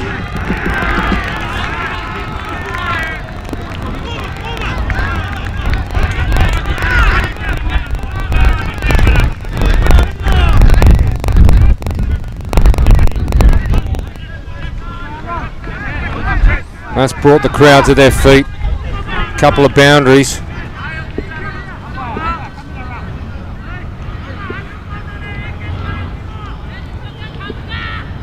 Jora looking for the hat-trick of boundaries here. How does Kamea respond? He was short and wide outside off that time. Was taken over point. Through slip the previous. Oh, he pulls out of that one. He's coming round the wicket. It brings an ironic roar from the Nepalese supporters. Yeah, they were silent. Now they're up and about. Doesn't take much. A couple of boundaries and they're back in the game. The 12th man for Nepal, as they call them. Nepal supporters around the wicket. Now angling into the body. Good ball. Yeah, good comeback. Well bowled Kamea there.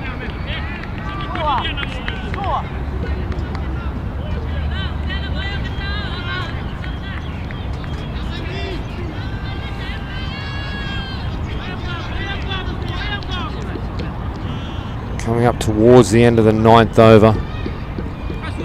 And just 1 to the halfway mark. Such an important stage of the game. And again, another dot ball. Good comeback after a couple of boundaries. Yeah, a couple of boundaries, couple of dots. He wants to show that he's the boss. Jora, in all honesty, playing them quite well. Much better deliveries. Just one to come in the 9th now.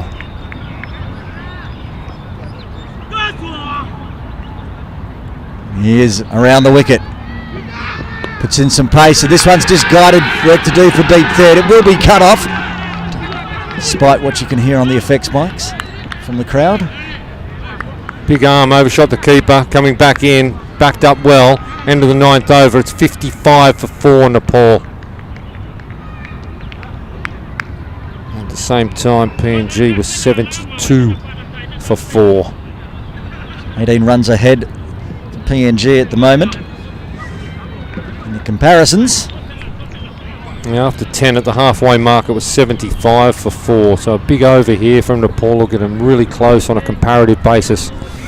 Jora with the singles, going to keep the strike. and taking us into drinks, it will be the captain for PNG, Asad Vala, with ball in hand. Could this be a momentum swinger? A big over here for Nepal. Will give them confidence going in to the break. On the flip side, another wicket will have PNG well in front.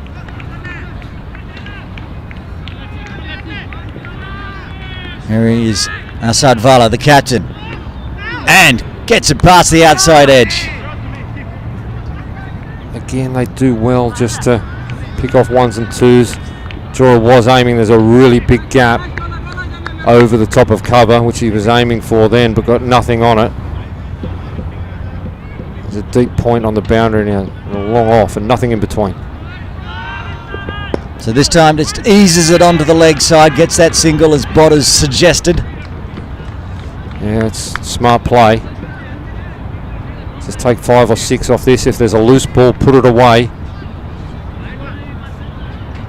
Go to the halfway mark and regroup and figure out what you've got to do from there. Slightly under 11, the run rate required. Fuller this time, gets a big top edge on it around the corner. It's going to go all the way for 4. Yeah, it does. It does go all the way for 4. It was more top edge than middle. He got enough of a top edge to clear the fine leg inside the circle.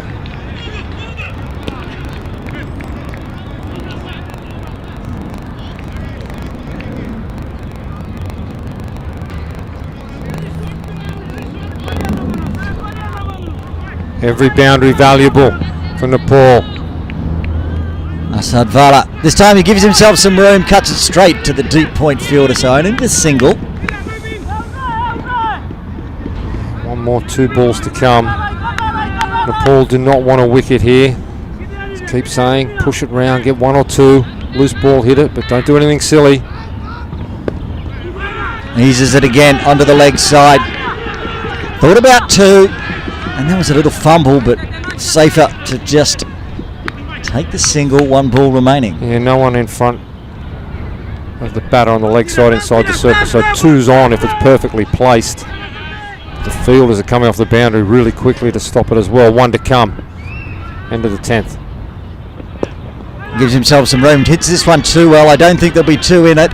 Will be just a single to round out the 10th over. 8 runs coming from it. Nepal after 10 going into the drinks break, a 63 for 4. Yeah, the comparison was 75 for 4, so we are on the edge of our seats here. We have got a game in our hands if Nepal can come out after the drinks break, build a bit of a partnership, keep the scoreboard ticking over. We'll be back after the drinks break. Have a quick look at the batting card so far for Nepal. The openers, they went cheaply, both losing their wicket to Maria and the captain. Tried to hole out into the softball ground, but only made it as far as the ropes in court. And a fortuitous run out to get Gulshan Jar out. Bowling of now, he did the work all himself. And out there in the middle, putting a partnership together of 26 off 17. It is Sheikh and Jora. We'll have a look at the bowling card for PNG. Evenly poised match this is. 2 wickets to Maria, we said, and also 1 to Sese Bao, getting the huge wicket of Rohit Paudel. We'll have a quick look at the worm at the moment at the halfway mark and see where the teams are at. You can see Nepal, they're slightly behind. They've lost more wickets But they're on the upward, and with these two out of the middle putting together a nice partnership, she said Sandeep Jora put on 56 against PNG yesterday, and he's still out there in the middle. It is the drinks break, and taking you through for the next 5 overs, it will be Jay Dancing Honey.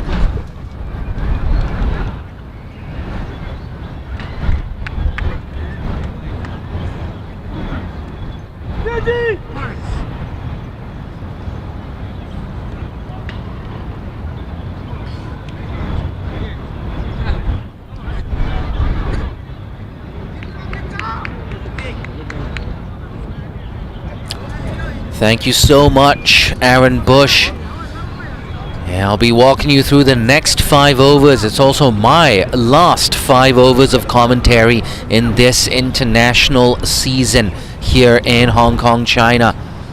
What a season it's been as well. We've had Canada, PNG, Nepal, Japan, China as well, down in Hong Kong, Malaysia. It's been an action-packed, star-studded home season so far in 2023-24. The women as well. We had Tanzania down here, we had Nepal down here, Japan again. Look at that. Nearly a dozen different international teams down here in Hong Kong, China. It's really become a regional hub of associate cricket. And there's still more action to go. It's 63 for 4. Nepal, they still believe. Start of the second half of the innings. It's a good delivery from Sopa. Squeezed away for a single.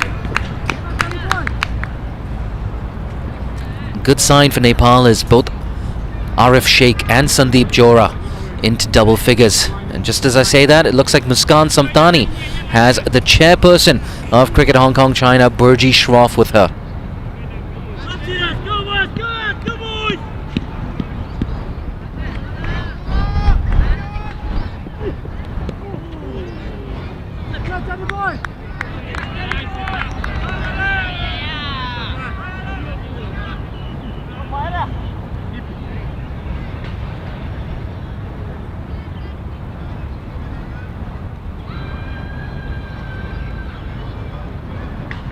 The T20 World Cup. PNG have also seen inspiration with a tremendous growth in popularity in world cricket and a steady rise in the T20I rankings, qualifying for the T20 World Cup. It's wonderful to have both teams of this stature in Hong Kong. That's wonderful, and we've seen so much exciting cricket happening here in Hong Kong. You know, we'd love to know what are the future short-term, long-term goals for Cricket Hong Kong. What's coming up? What's exciting? Well, we're certainly going to be inviting back a lot of top teams back to Hong Kong, men and women, and we expect the standard to be even higher than it is now. It's going to be wonderful. We've had Canada out here, we've had Malaysia out here, and all these teams are actually qualified for the ODI status, and it's going to be a wonderful year ahead for Cricket Hong Kong China. That's fantastic. And how do you feel with the crowd that's been coming out to support these teams and the players, and there's just been so much warmth on this field? It's been absolutely wonderful to see everybody coming out, particularly on a weekday, to support their countries, and it's been amazing. I think the last time I saw crowds coming out like this was actually for the Cricket Sixes or the Blitz. So I'm delighted that we have so many supporters and fans in Hong Kong for cricket. That's fantastic. Well, thank you for joining us. That was Burji Shroff, and with that, handing it back to the comm box. Thank you. Yeah, it was Sandeep Jora over there getting dismissed. An absolutely massive wicket for Nepal. PNG solidifying their advantage. And thank you so much, Muskan, as well. Muskan Samtani in conversation with Burji Shroff, the chairperson of Cricket Hong Kong China. Said it before, we'll say it again. What a dramatic day it's been. They've lost half their side now. Jora back for 17. It's worked away for a single. Could it be more than a single? No, that's it.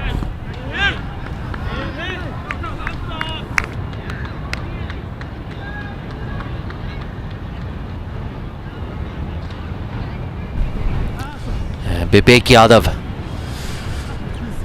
the informed player, smashed 3 sixes to close out the innings yesterday. But today it's a very different situation that he's walked into.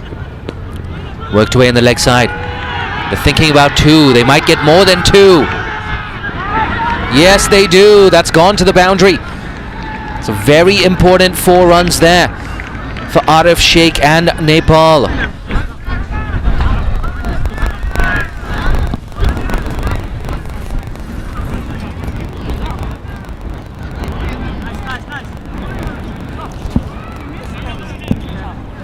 Yeah, just a bit too leg side there from Chad Sopa. 6 runs off the over, the wicket of Sandeep Zora. Oh, he's beaten the bat. It's a big appeal there. And it looks like there was appealing for both the caught behind and the stumping. Nonetheless, it's a dot ball to close out a very successful over here for PNG. Zora gone for 17. It's 69 for 5 after 11.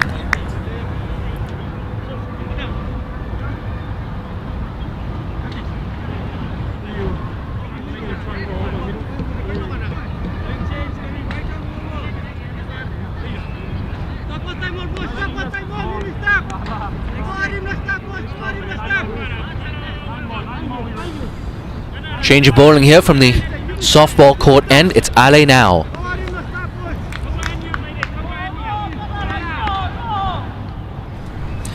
That required rate, rather concerningly for Nepal, is getting closer and closer to 12 runs and over.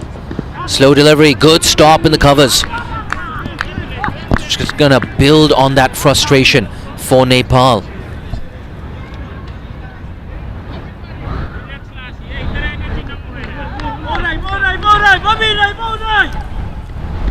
You can't drop your heads if you're in that Nepali dugout. Again, nicely in behind it, but again a dot. As long as they have wickets in hand, Nepal, they can chase 60, even 65 in the last 5 overs. I've seen it happen before, quite often actually, at TKRG.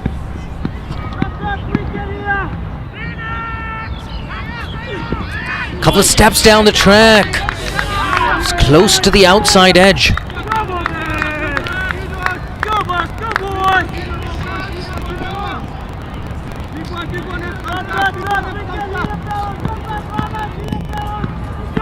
And again, a demonstration of that extra bounce. If you're gonna dig it in short, you gotta bend your back. It's exactly what Now has done. 3 dots in a row. Make that 4 dots in a row. Just can't get bad on ball, Vivek Yadav. It's a very different innings today compared to yesterday.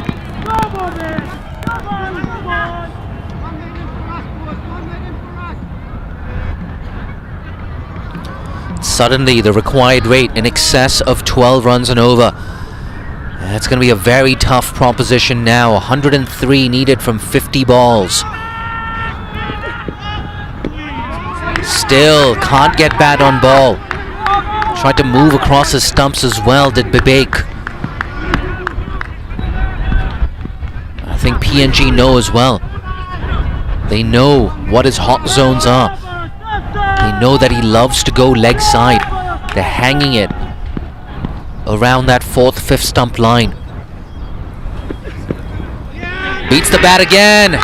It's a maiden over. A fantastic one from Ale Now. Look at that. Figures of 11 for none in his 3 overs. Gets a high 5 as well. The score after 12, it remains 69 for 5.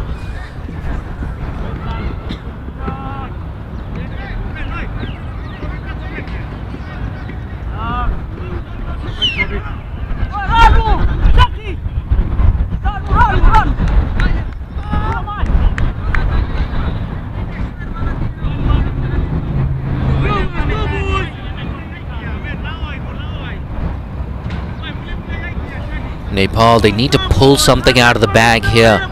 They need to do something different.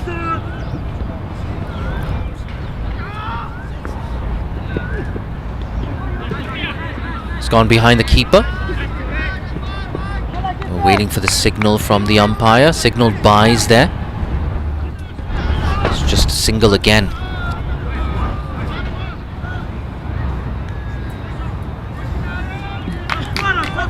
There's still some batting to come for Nepal, but yet to see Karan KC. He can go big, can't he, Karan KC? Wonder if it's worth just pushing him up the order. Slashed away, a bit uppish. So the last 7 deliveries. Last 8 deliveries rather, just 1 run for Nepal. No runs off the bat as well. Lokesh Baum as well. Had a good day yesterday. Again a play and a miss. How many times has he done that, Bibek? But like I said, Karan KC waiting in that dugout. Lokesh Baum, he can go big as well. See the 2 batters now just having a mid-pitch conference. Know that they need to go at a good rate to chase down this target.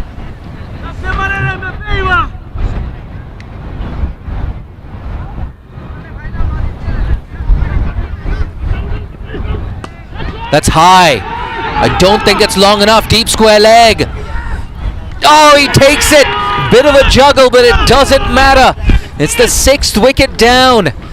And that's the end of, well, bit of a struggling innings there from Bibek Yadav. He goes for 1 off 10.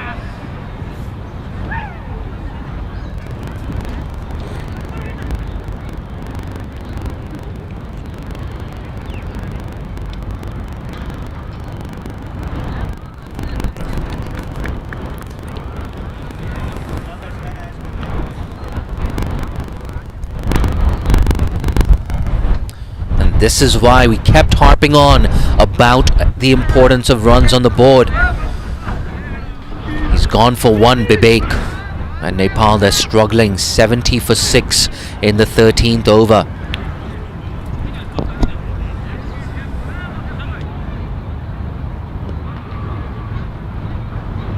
And it's that man we were talking about, Lokesh Baum. Walks in at number 8. It was always going to be an interesting call. Do we send in Baum? Do we send in Karan KC? They're both big hitters. I would have been very tempted though, just to get Karan KC in at number 8 with all that experience in a big game, the final. But look at those figures from Soper. It's not easy bowling with these short straight boundaries here from the Argyle Street end. He's done such a good job. 2.4 overs, 2 for 8.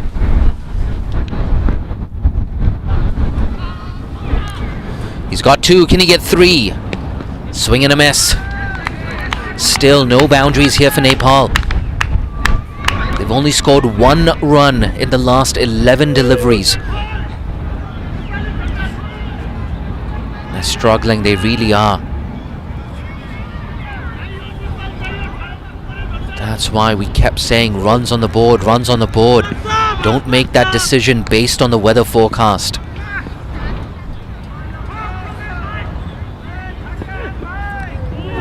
Oh, he's missed that. So is the keeper. It's running down to the boundary and it gets there. Buys. 4 buys to be specific to close out the 13th. It's 74 for 6.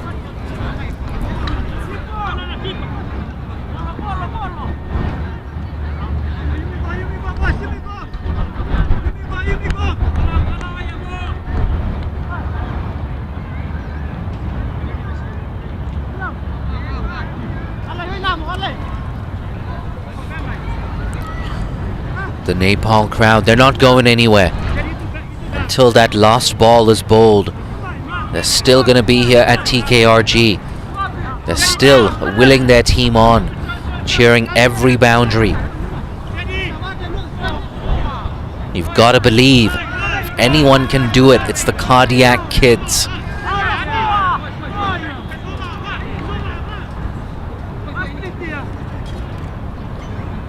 Sese Bao into the attack.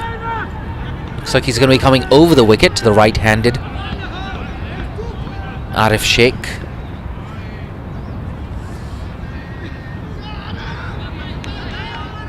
Around the wicket, I beg your pardon.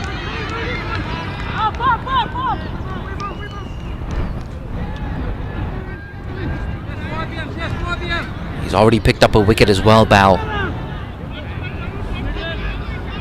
Missed out with the bat, the left-handed opener.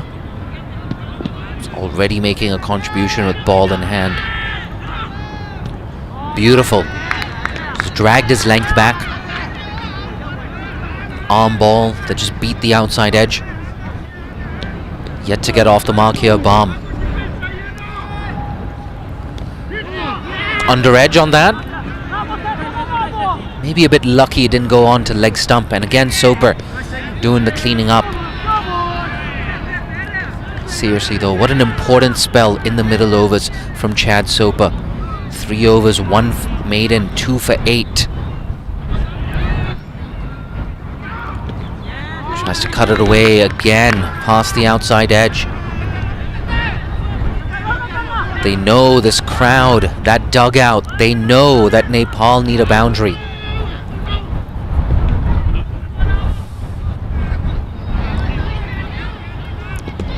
Oh, and he's bowled him. He had to try something different. He's missed the reverse sweep there. Arif Sheikh to get bowled for 15. Nepal 7 down.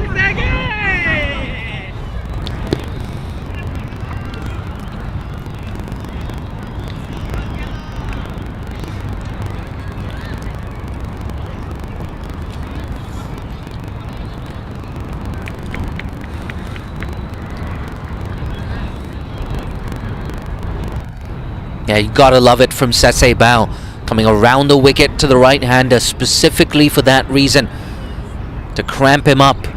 And it also led to his dismissal. Nepal 76 for 7. And it's the big man, it's Karan KC, the legend, walking in at number 9. They need something dramatic at this stage. Close to 16 runs and over required from here on out.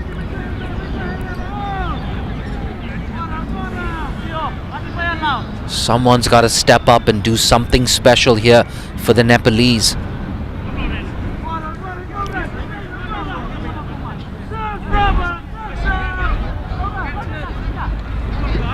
Look at that, last 5 overs for Nepal. They've only scored 22 and they've lost 3 wickets. That's at a time when they needed to accelerate. Oh, beats the bat again. Wonderful spell so far, 2 for 10 in his 2 overs. End of another successful over. After 14, it's 76 for 7.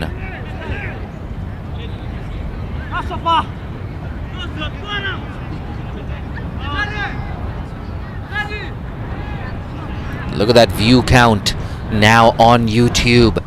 Close to 90,000 people tuning in live to the Cricket Hong Kong China YouTube page. And I know we've got so many more tuning in all across the world. I've got 1 over left in my commentary stint, after which I'll hand you over to Aaron Bush and Matt Botfield. That's skied up. It should be the 8th wicket. Extra cover. Oh, it's in and out. It was a tough chance. It hung in the air forever. I think that's Hiri over there. Yeah, get some low 5s there. Hiri. Never easy to get under those. So Nepal survive. Get through for a single as well. Bomb moves on to 2.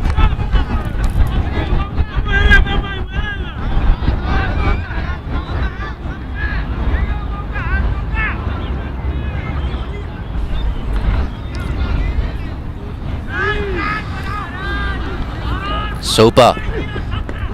Oh, outside edge. Down to deep third. Well cut off. Really well cut off there. I think that might be Kamiya out there in the deep.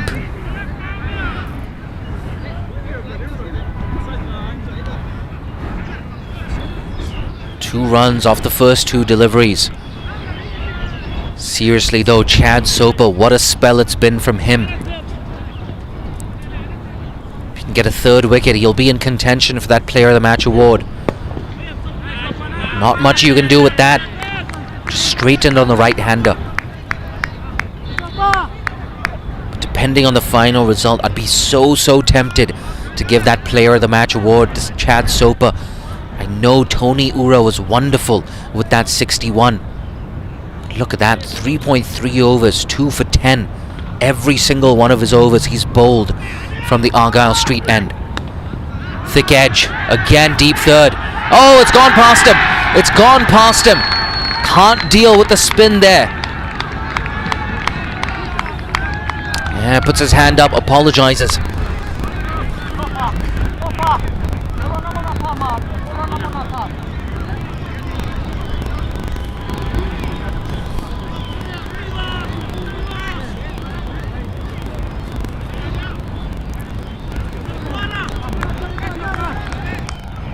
Yeah, sorry Sama Kamiya. I'm a fan of your bowling, but I wasn't a fan of that. It's off the pad. Should only be one leg by. Yeah, confirmation, a leg by. So 7 off the over so far. Still not exactly a bad one this for PNG.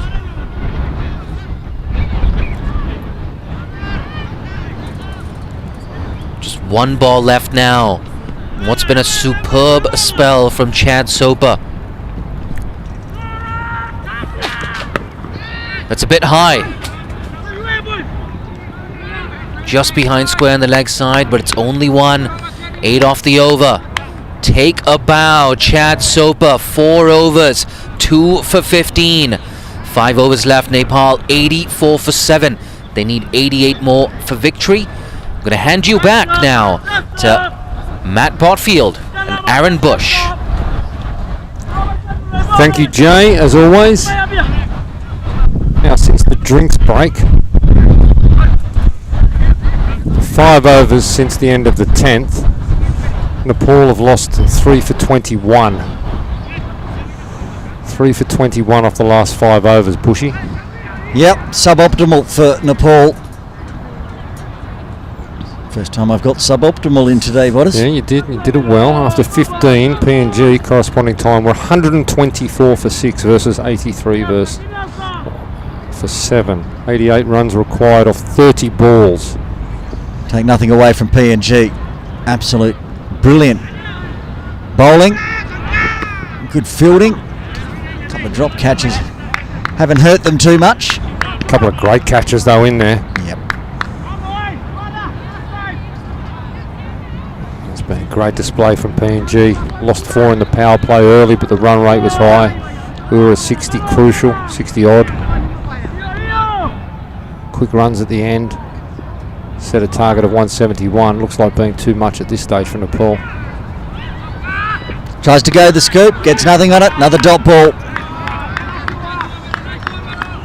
Trying to target the short boundary over the keeper's head without success on that occasion.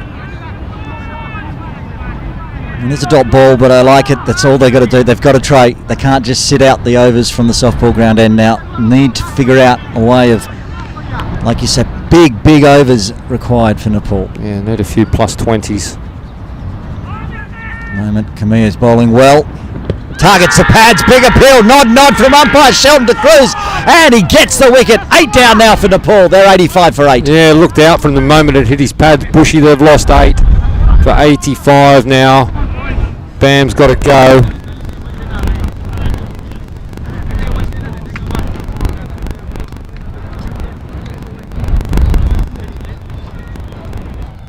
Oh, that's about as plumb as you like. He's just stepped across and the left arm and just targets middle stump.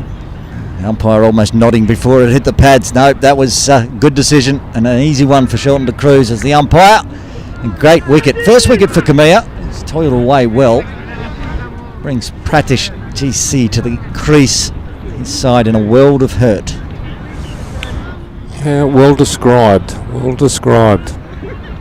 87 runs off less than 30 balls, 27 now. More than 3 runs a ball required. Not impossible, not a big ground, Ting Kwong Road Recreation Ground, but right into the tail end now for Nepal. Yeah, they're going to need a lot to go their way to get close. But you've got to go down swinging here. The big final.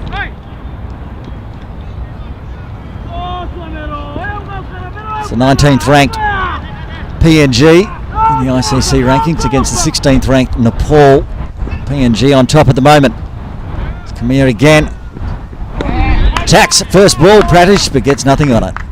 Of course, all you Nepal fans out there watching this telecast, the 8 for 52 podcast is on Spotify and Apple each week, and we're hopeful this week we'll have one of the Nepal players interviewed, which will be released Friday on Apple and Spotify.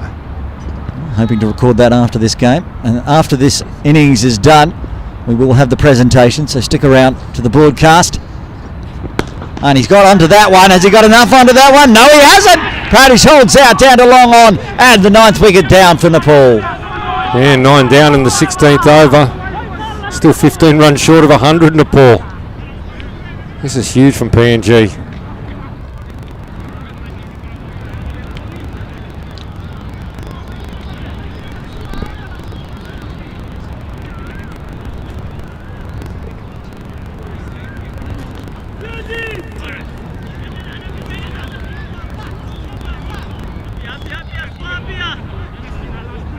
The youngster coming to the crease for Nepal, Akash Chand, the last batter, number 11.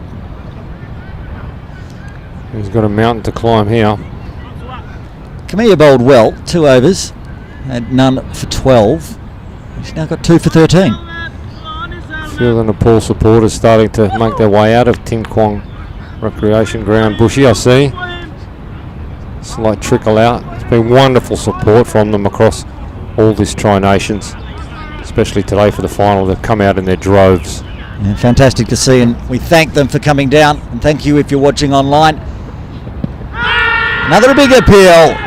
Not out, says umpire De Cruz, but a double wicket over for PNG and Khmer, and after 16 Nepal are 85 for 9. Yeah, well, I don't think anyone would have predicted this before the start of play. Nepal winning the toss, electing to bowl first, hasn't figured out for them at all. No, they had a big win over PNG yesterday, but today it's been reversed.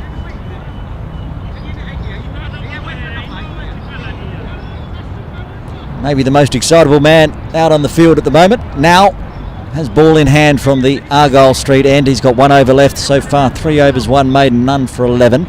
He did get that big run out of Jar. He did, and he scored runs off not many earlier. He's been good in the field. He's had a lovely day out now. Finished it off with a wicket, you'll be hoping. Karen KC on strike, 3 or 4.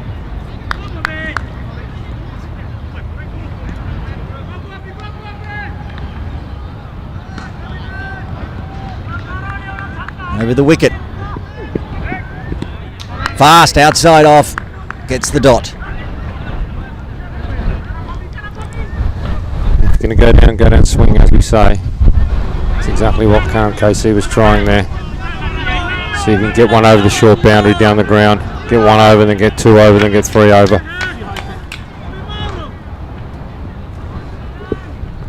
And again, and the same result. Yeah, a little bit closer to him that time, but as you say, exactly the same outcome. Straight through to the keeper. And now it's just going to slowly creep closer and closer to that off stump. Whether Karen gets bat on ball will depend his fate. The mathematical equation is now 4 runs of ball required. That's tough. Not going to lie. That one's got a big top edge down to deep third. The catch is taken, and PNG are the winners of the 2024 Tri-Nations T20I series here in Hong Kong. Well, after Nepal won the toss, elected to bowl, PNG came out and put on 171. We thought it was a good score. Powdell at the start said they were hoping to restrict to 180 or below. Well, PNG come out.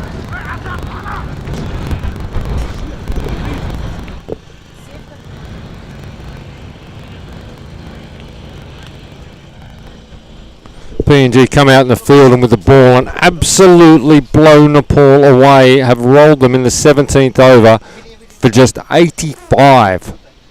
Yeah, what a dominant display at the point there were points, Botters, during the PNG innings where we thought they may not even get up to 110, 115, then put on 171 and then came out with the ball even better than their batting. Yeah, they hung in there with the bat and ended up putting 171 on the board. Tony Ura, a lot to thank, but there was others who chipped in, especially now at the end with that quick fire 30. And then they just came out, all guns blazing, bowling beautifully, the right lines, the right lengths, taking the wickets at the right times. And they rolled Nepal for 85. Astounding result. And it was a fantastic bowling innings from PNG. We'll have a look at the bowling card now. First up, because it was impressive from PNG. Yeah, Murray, he was impressive at the start. 3 overs, 2 for 13. Now, wow, what a great day he's had. 1 for 11 off 3.3 with the ball. Takes that final wicket. Soper, arguably the most impressive of all. 2 for 15 off his 4 overs. Don't underestimate Kamia's input. 2 for 13 off 3. Bow also had a couple of overs. He took a couple of wickets as well. And Vala, the skipper, he had the 1 over and it went for 8. The batting card for Nepal wasn't pretty, as you can see. Well, top score there, Bushy Jora down there with 17 off 13. Bertel 5 at the top end, Dari just 4. Powell, the captain, 12. Jar 6, unfortunate run out, 17, and then nothing through the tail, all out for 85. They'll be disappointed, Nepal. They will. They played well yesterday to get into the final. Convincing winners over PNG. And then PNG yesterday having to win the final game against Hong Kong, China, and did it in style. And it was Tony Ura yesterday with the bat getting the job done to get PNG in the final, and he's done it again today with the bat. He has indeed, Bushy, but I would say, just watching now as we see the Nepal players going over to thank their supporters, even in defeat. It's fantastic sportsmanship going over to say thank you to all their supporters who've come out in their droves here. The local Nepal community. The local Nepal community has come out in their absolute droves today, and really, really great support. Players going over there saying thank you, big round of applause from the supporters and from the players as well. And it's been an absolute privilege to have them here for the course of this week, for of course the Friendship Cup last weekend and then through the Tri-Nations, Bushy. Love to see this.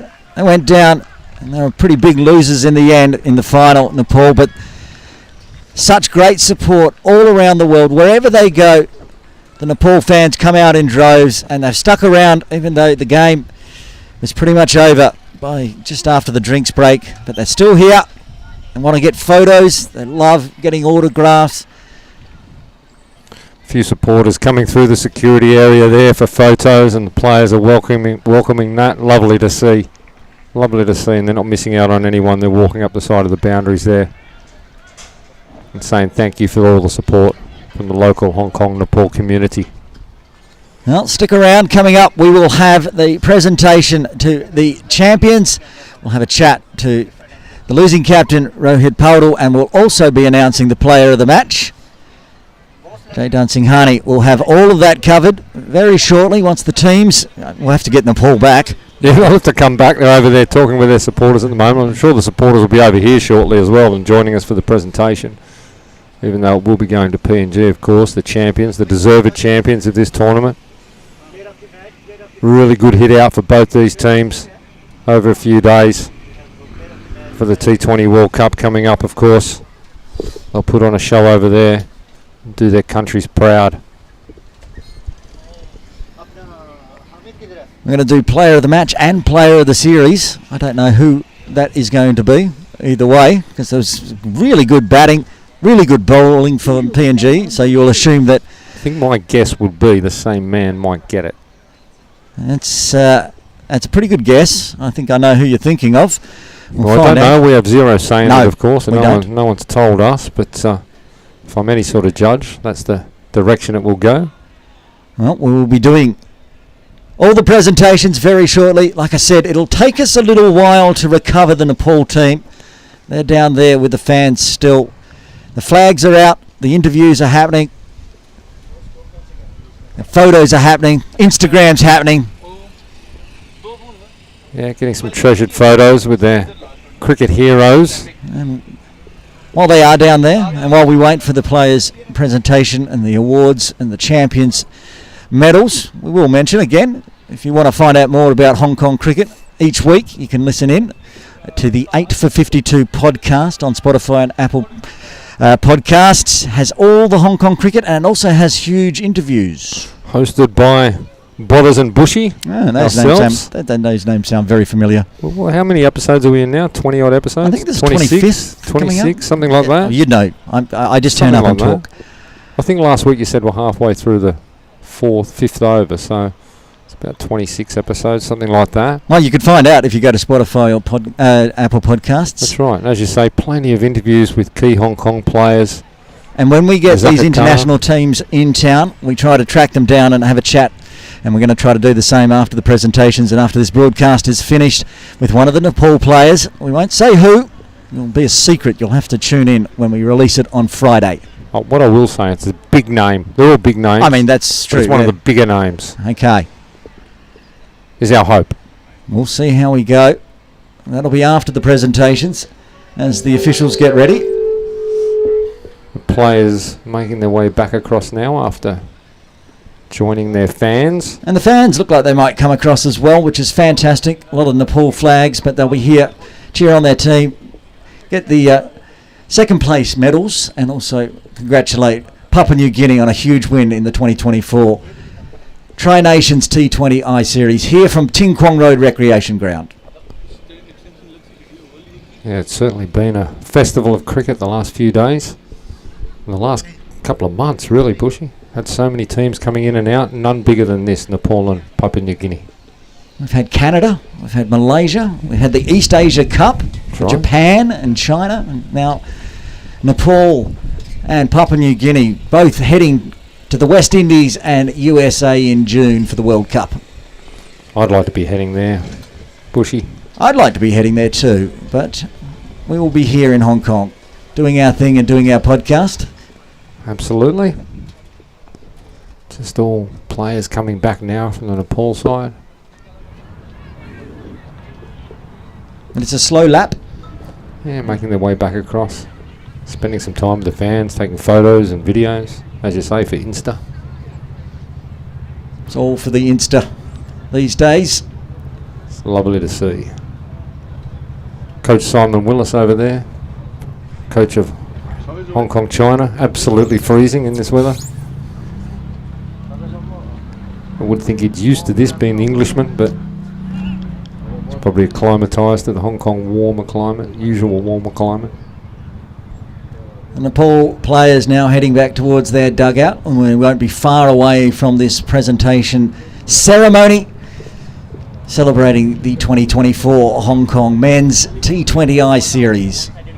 And a big thank you, while we're on comms, a big thank you to the ground staff for putting up such great pictures. We had that rain that washed out game one, but we still managed to get beautiful pictures, producing great runs, great wickets. Jassim and the team from Ting Kwong Road Recreation Ground, fantastic effort to you all. Yeah, it's a good point, Bushy. A lot of work's gone into this, and they should receive all our thanks. There's a lot of rain earlier in the week, and I was questioning in my own mind whether we'd get any cricket this week. But we've got plenty of cricket and plenty of runs on really good surfaces.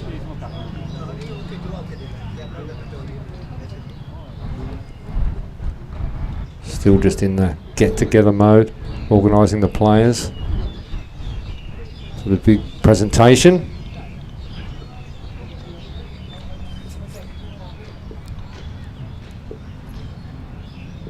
The weather held out today, Bushy, as well. The weather, yes. The report from the observatory earlier in the week was pretty ordinary. It got colder as the day went on, very breezy, but no rain. Yep, beautiful weather.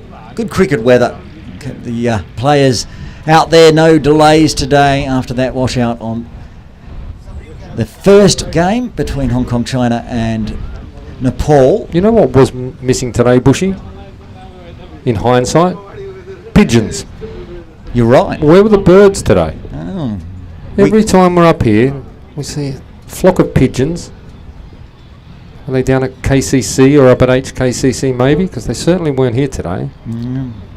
Wednesday work day for the pigeons, it would appear. Maybe. Teams coming out now. I can see most of Nepal are ready. coaches from Hong Kong, China and Nepal having a little chat. PNG also making their way across now.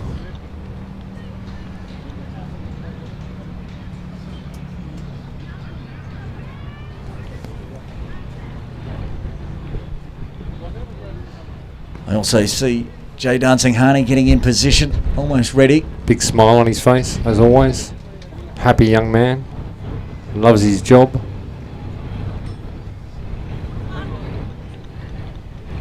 He's now got the most important thing, the microphone. Not far away from getting this presentation ceremony underway. The fading light of March.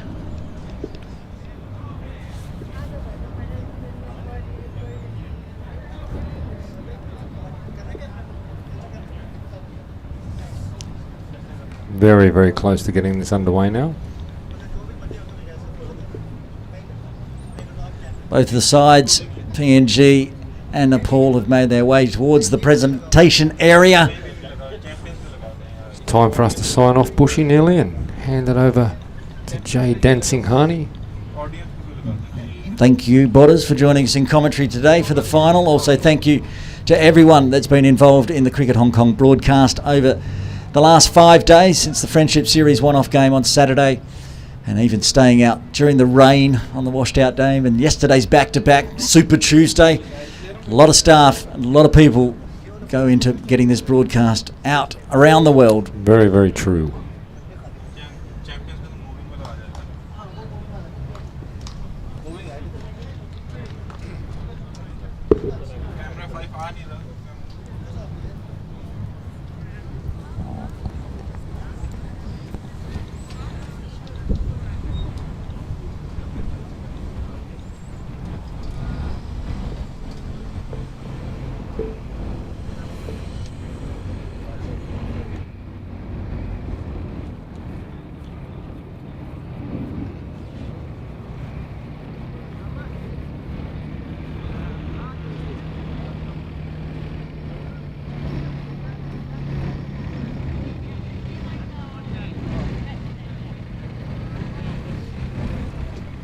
So a quick final summary before we head to the presentations.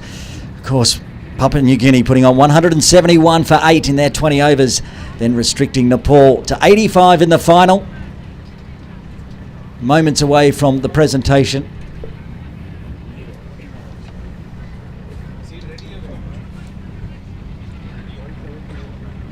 So, after a great 5 days of cricket, Aaron Bush signing off, and we'll hand you over to Jay Dancing Harney. Another dramatic final here at the Tin Kwong Road Recreation Ground, and a big win for PNG, winning by 86 runs to clinch the trophy at the Hong Kong China Men's T20I Series. I'd like to kick things off by thanking everyone involved with making this series a reality. Thank you to the teams from PNG and Nepal for visiting Hong Kong, China, and putting on such a great display. Thank you as well to the Cricket Hong Kong China staff and the broadcast team for their hard work throughout this tournament and putting on a great show for all our viewers online and on TV. And last but certainly not least, thank you so much to our match officials and ground staff who've played a key role in ensuring the smooth running of each game throughout the tournament. I'd like to call up Tracy Walker, board member of Cricket Hong Kong China, our first dignitary of the day, who's going to help us present some tokens of appreciation to the match officials and ground staff. And we'd also like to invite up S. Gandhi, the Cricket Hong Kong China ACO Executive Committee member, who's going to help Tracy present some of these awards. Let's start with John Prakash, one of the standing umpires today.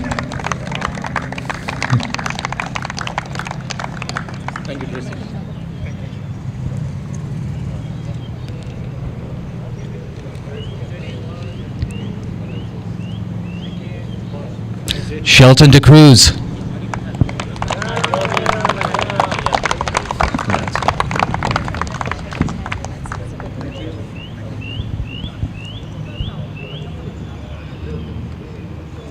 The passionate and always positive Hemant.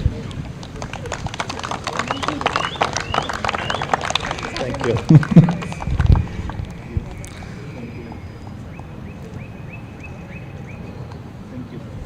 Ashwin Dokania.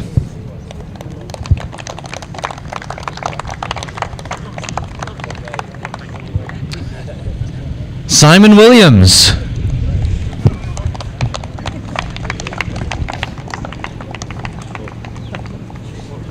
Hassan Kabir.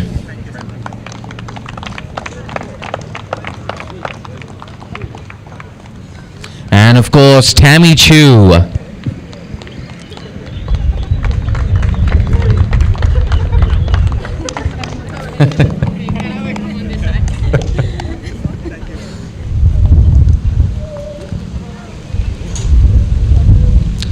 And Gandhi, I'm going to request you to stay up there because Tracy will be presenting you with an appreciation award as well.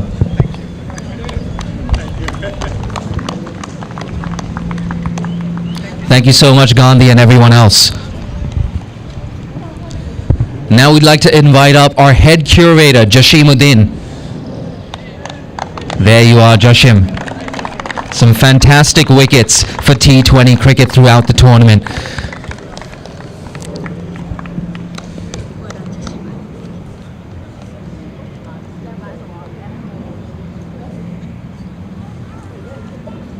Tracy, I'm going to ask you to stay back. We've got more awards to present. The player of the final for today, for his 61 at the top of the order, congratulations, Tony Ura. There he is.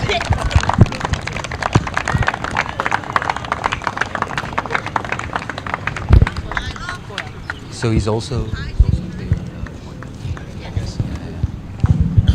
Tony, I'm going to ask you to stay up there, because guess what? You're also the player of the tournament. Tracy?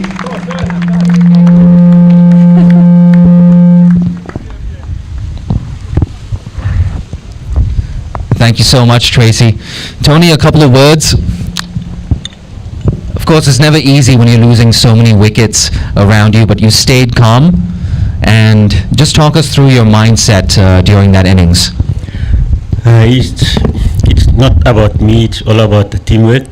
You know, when wicket was falling out, I just calmly just stay there when the next batsman was coming in, just to keep rotating. If in my area, just get a big one and just keep running. Yeah, you kept it simple, and it was brilliant to watch as well. But there were other people in this PNG outfit lower down the order, but also the bowlers, they bowled as a team. When the bowlers came out, they just nailed it up to keep the simple plan. And yeah, absolutely, a simple plan, but very effective. Congratulations on both your awards, Tony. A fantastic performance today and the last few days. Congrats. Thank you.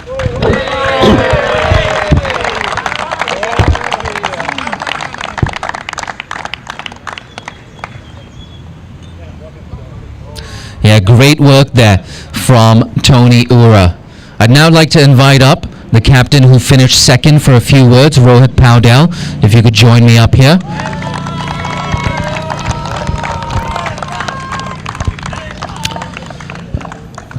Rohit, not the ideal day today. What do you think went wrong for the team? I think as a batting unit, we didn't batted well in the second inning, especially the way our bowler bowled in the first inning. I think that was very good, and after that, in the second innings, as a batting unit, we didn't stepped up. So I think that was the area where we need to improve. Yeah, no doubt. But of course, it's all part of a learning experience, and I'm sure you're leaving Hong Kong with a few positives. Yeah, absolutely. The way a few youngsters stepped up, that was that was a positive for us in this tournament, and the way all the other people were whoever got the opportunity, they stepped up. So I think there was a good learning for us in this tournament, and yeah, for coming tournament, that will be great opportunity for us. Yeah, no doubt. And Rohit, it's been fantastic having you in Hong Kong, back in Hong Kong for a lot of the lads. What's it like being coming down to Hong Kong after so many years? Yeah, absolutely. I think it's a great to be here. Especially, I would like to thank Cricket Hong Kong to invite us here and for this tournament. I think it's a good preparation for us before ACC Premier Cup, and I would like to thank our people from Nepal community who is here to support us, and all the fans who came here to support us. Thank you so much, everyone.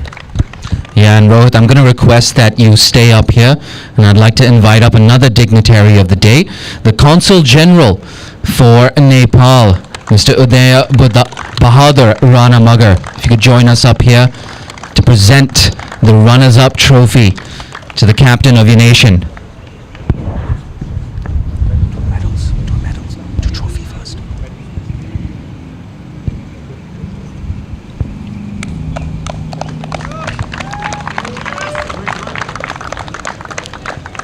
Congratulations, Rohit.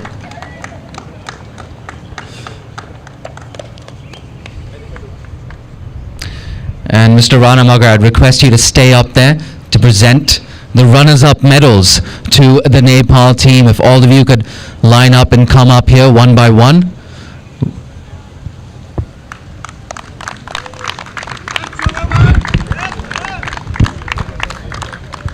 Got Karan KC.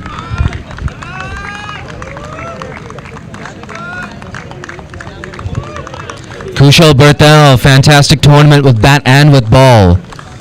Gulsan Za.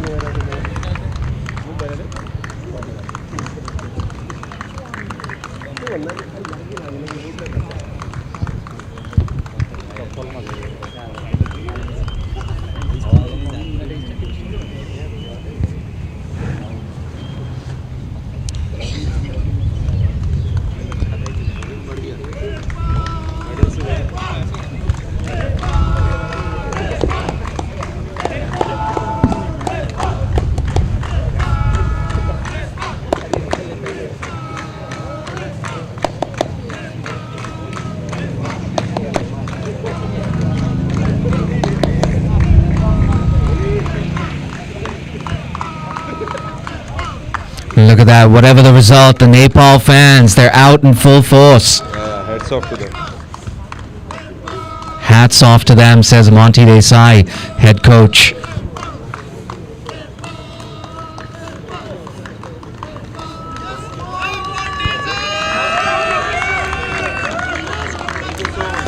Thank you so much, Mr. Rana Magar. And now I'd like to invite up our final VIP of the day, the chairperson of Cricket Hong Kong China, Mr. Burji Shroff. If you could please join me up here. And Burji will be presenting the winners' medals to PNG. PNG, if one by one, all of your players could come out here and accept your winners' medals. Medals first. We do medals first, yeah. Fantastic work from PNG, bouncing back after that big defeat yesterday and clinching the big final by 86 runs. Chad Soper, he was brilliant today, taking 2 for 15 in his 4 overs. Kabua Maria as well, with a couple of wickets up top.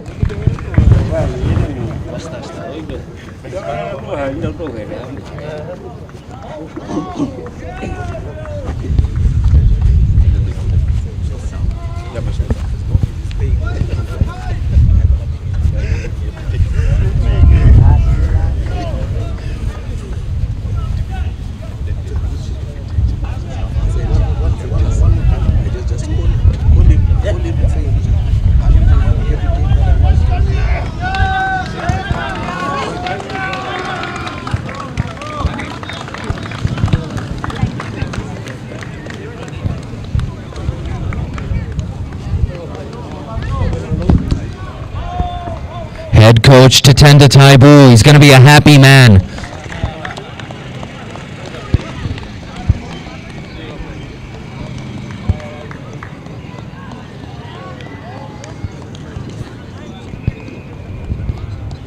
And lastly, of course, Papua New Guinea skipper Asad Vala.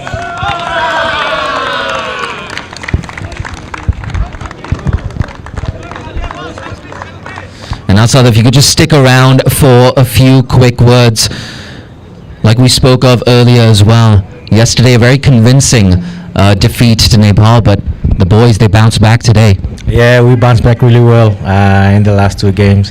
Win or lose, the boys enjoyed themselves playing this beautiful game of cricket.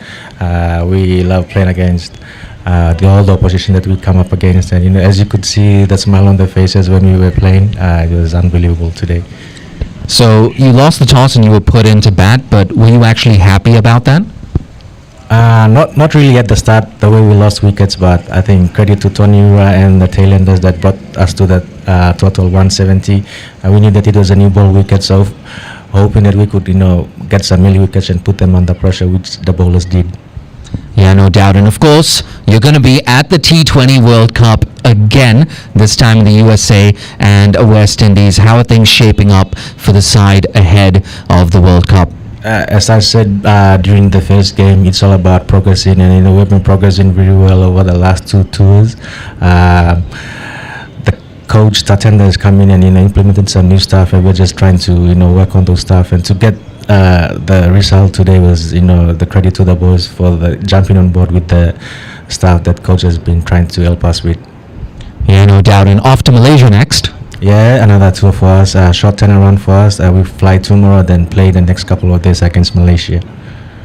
Yeah, never any rest as an associate cricketer. A lot of flying around, a lot of touring. Thank you so much for coming down to Hong Kong, and congratulations again. I'm going to ask you to stay up here, and Burji, I'd like to invite you back up here to present the winner's trophy to Papua New Guinea skipper Asad Vala.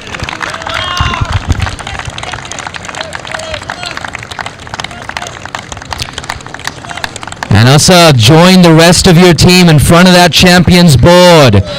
Ladies and gentlemen, your champions, give it up for Papua New Guinea.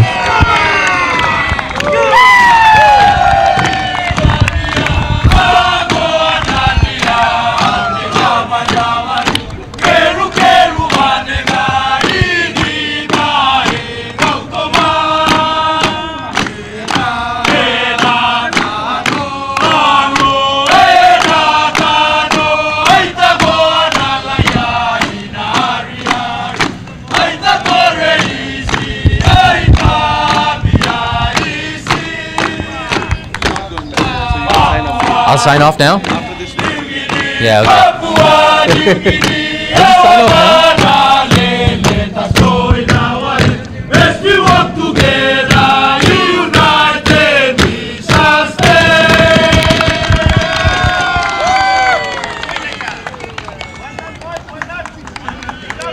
There you have it, the end of a fantastic home season in Cricket Hong Kong, China. Congratulations once again to PNG on behalf of the in-house production crew. It's Jay Dansagani signing off.